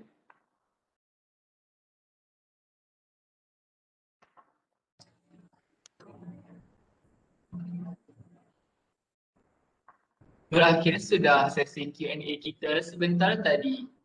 Semoga perkongsian itu tadi sedikit sebanyak dapat memberikan input yang berguna kepada mahasiswa-mahasiswa Fakulti Sains Kesihatan.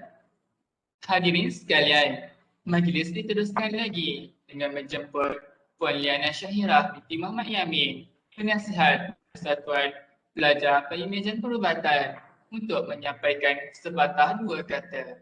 Dengan segala hormatnya, dipersilakan. Boleh dengar? Okey, terima kasih kepada saudara pengacara majlis. Assalamualaikum warahmatullahi wabarakatuh dan salam sejahtera. Yang dihormati Ustaz Muhammad Azlan bin Mat Arif, tetamu penceramah jemputan kita pada hari ini. Seterusnya, rakan seperjuangan saya sebagai penasihat Persatuan Pelajar Pengimejan Perubatan, Puan Khairunisa binti Abdul Manan, staf-staf dan juga pensyarah Fakulti Sains Kesihatan UiTM, pengarah program Saudari Nur Atira Hafizah binti Muhammad Fairuz, dan juga Wakil MPP Saudara Muhammad Syahdan bin Hanafi serta semua AJK, barisan AJK dan juga hadirin yang saya kasih sekalian. So Alhamdulillah, syukur pada petang ni dengan limpah rahmat dan kasih sayangnya kita dapat berkumpul bersama-sama pada petang 17 Ramadan ni. Pertama sekali saya nak ucapkan jutaan terima kasih kepada semua yang hadir kerana sudi meluangkan masa dalam webinar Info to Istiqomah. Best tak? Banyak tak info-info yang kita dapat hari ni? Macam-macam kan? Yang Ustaz kongsi tadi kan? Alhamdulillah banyak sangat ilmu-ilmu yang kita dapat hari ni.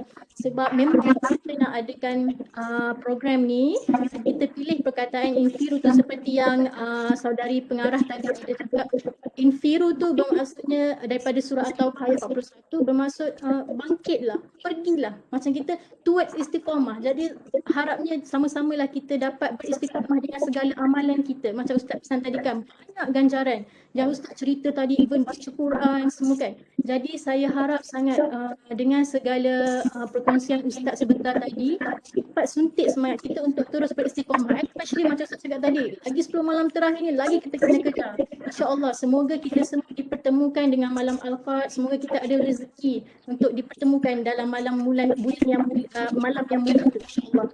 So akhir kata saya nak ucapkan syabas dan tahniah kepada barisan AJK pelaksana kerana saya tahu mereka dah bertungkus-lumus untuk nak menjayakan program pada petang ini. Alhamdulillah. Dan juga jutaan terima kasih kepada Ustaz kerana sudi meluangkan masa berkongsi ilmu dengan kami. Alhamdulillah, syukran dan semoga dia dapat memberi manfaat kepada kita semua. Sekian, wabillahi taufiq wal hidayah. Assalamualaikum warahmatullahi wabarakatuh.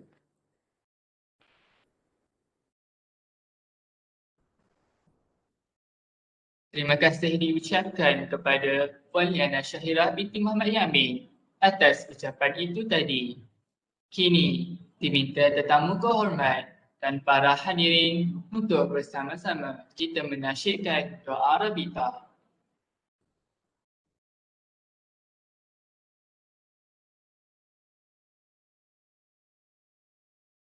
اللهم إنك تعلم أن هذه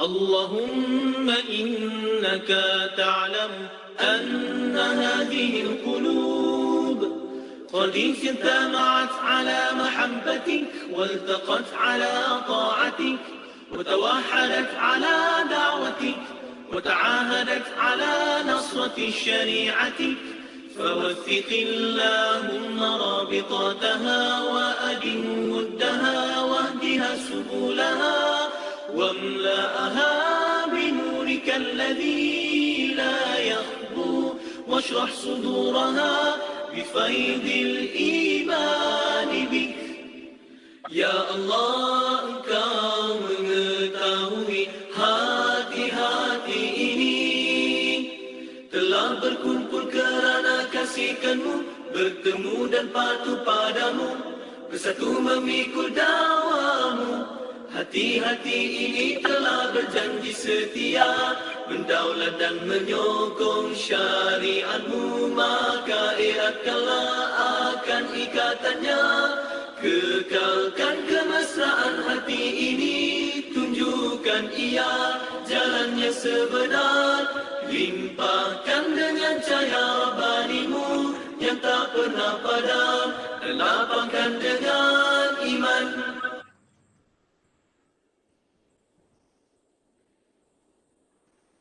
Pihak majlis ingin mengingatkan kepada semua peserta untuk mengisi Google Form yang disediakan sebagai bukti penyertaan. Seterusnya, diminta tetamu kehormat dan para hadirin untuk menghidupkan kamera masing-masing untuk sesi fotografi. Ahli jawatan kuasa multimedia akan mengambil alih sesi fotografi.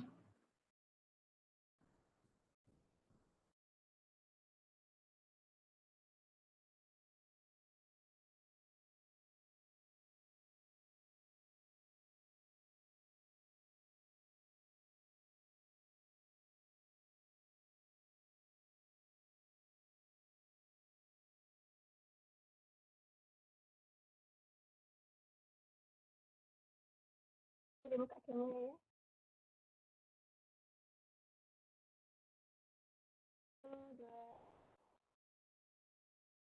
Sekali.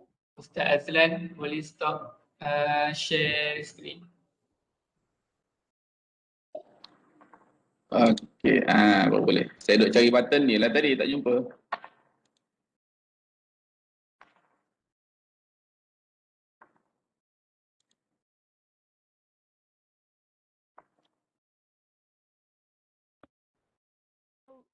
Okey. 2.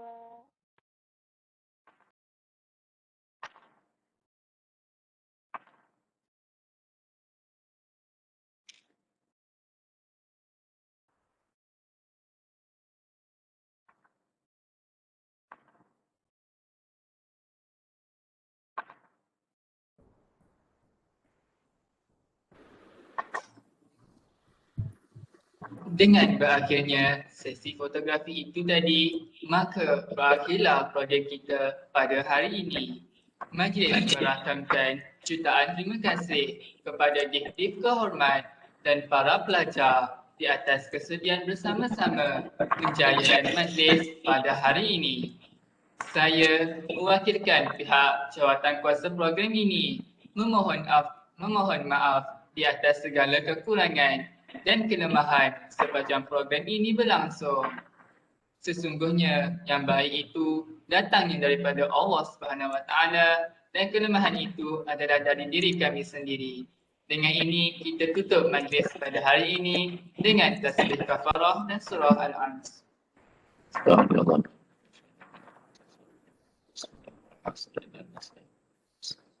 Illa alladzina amanu wa amilus solihati wa tawassaw bis sabr.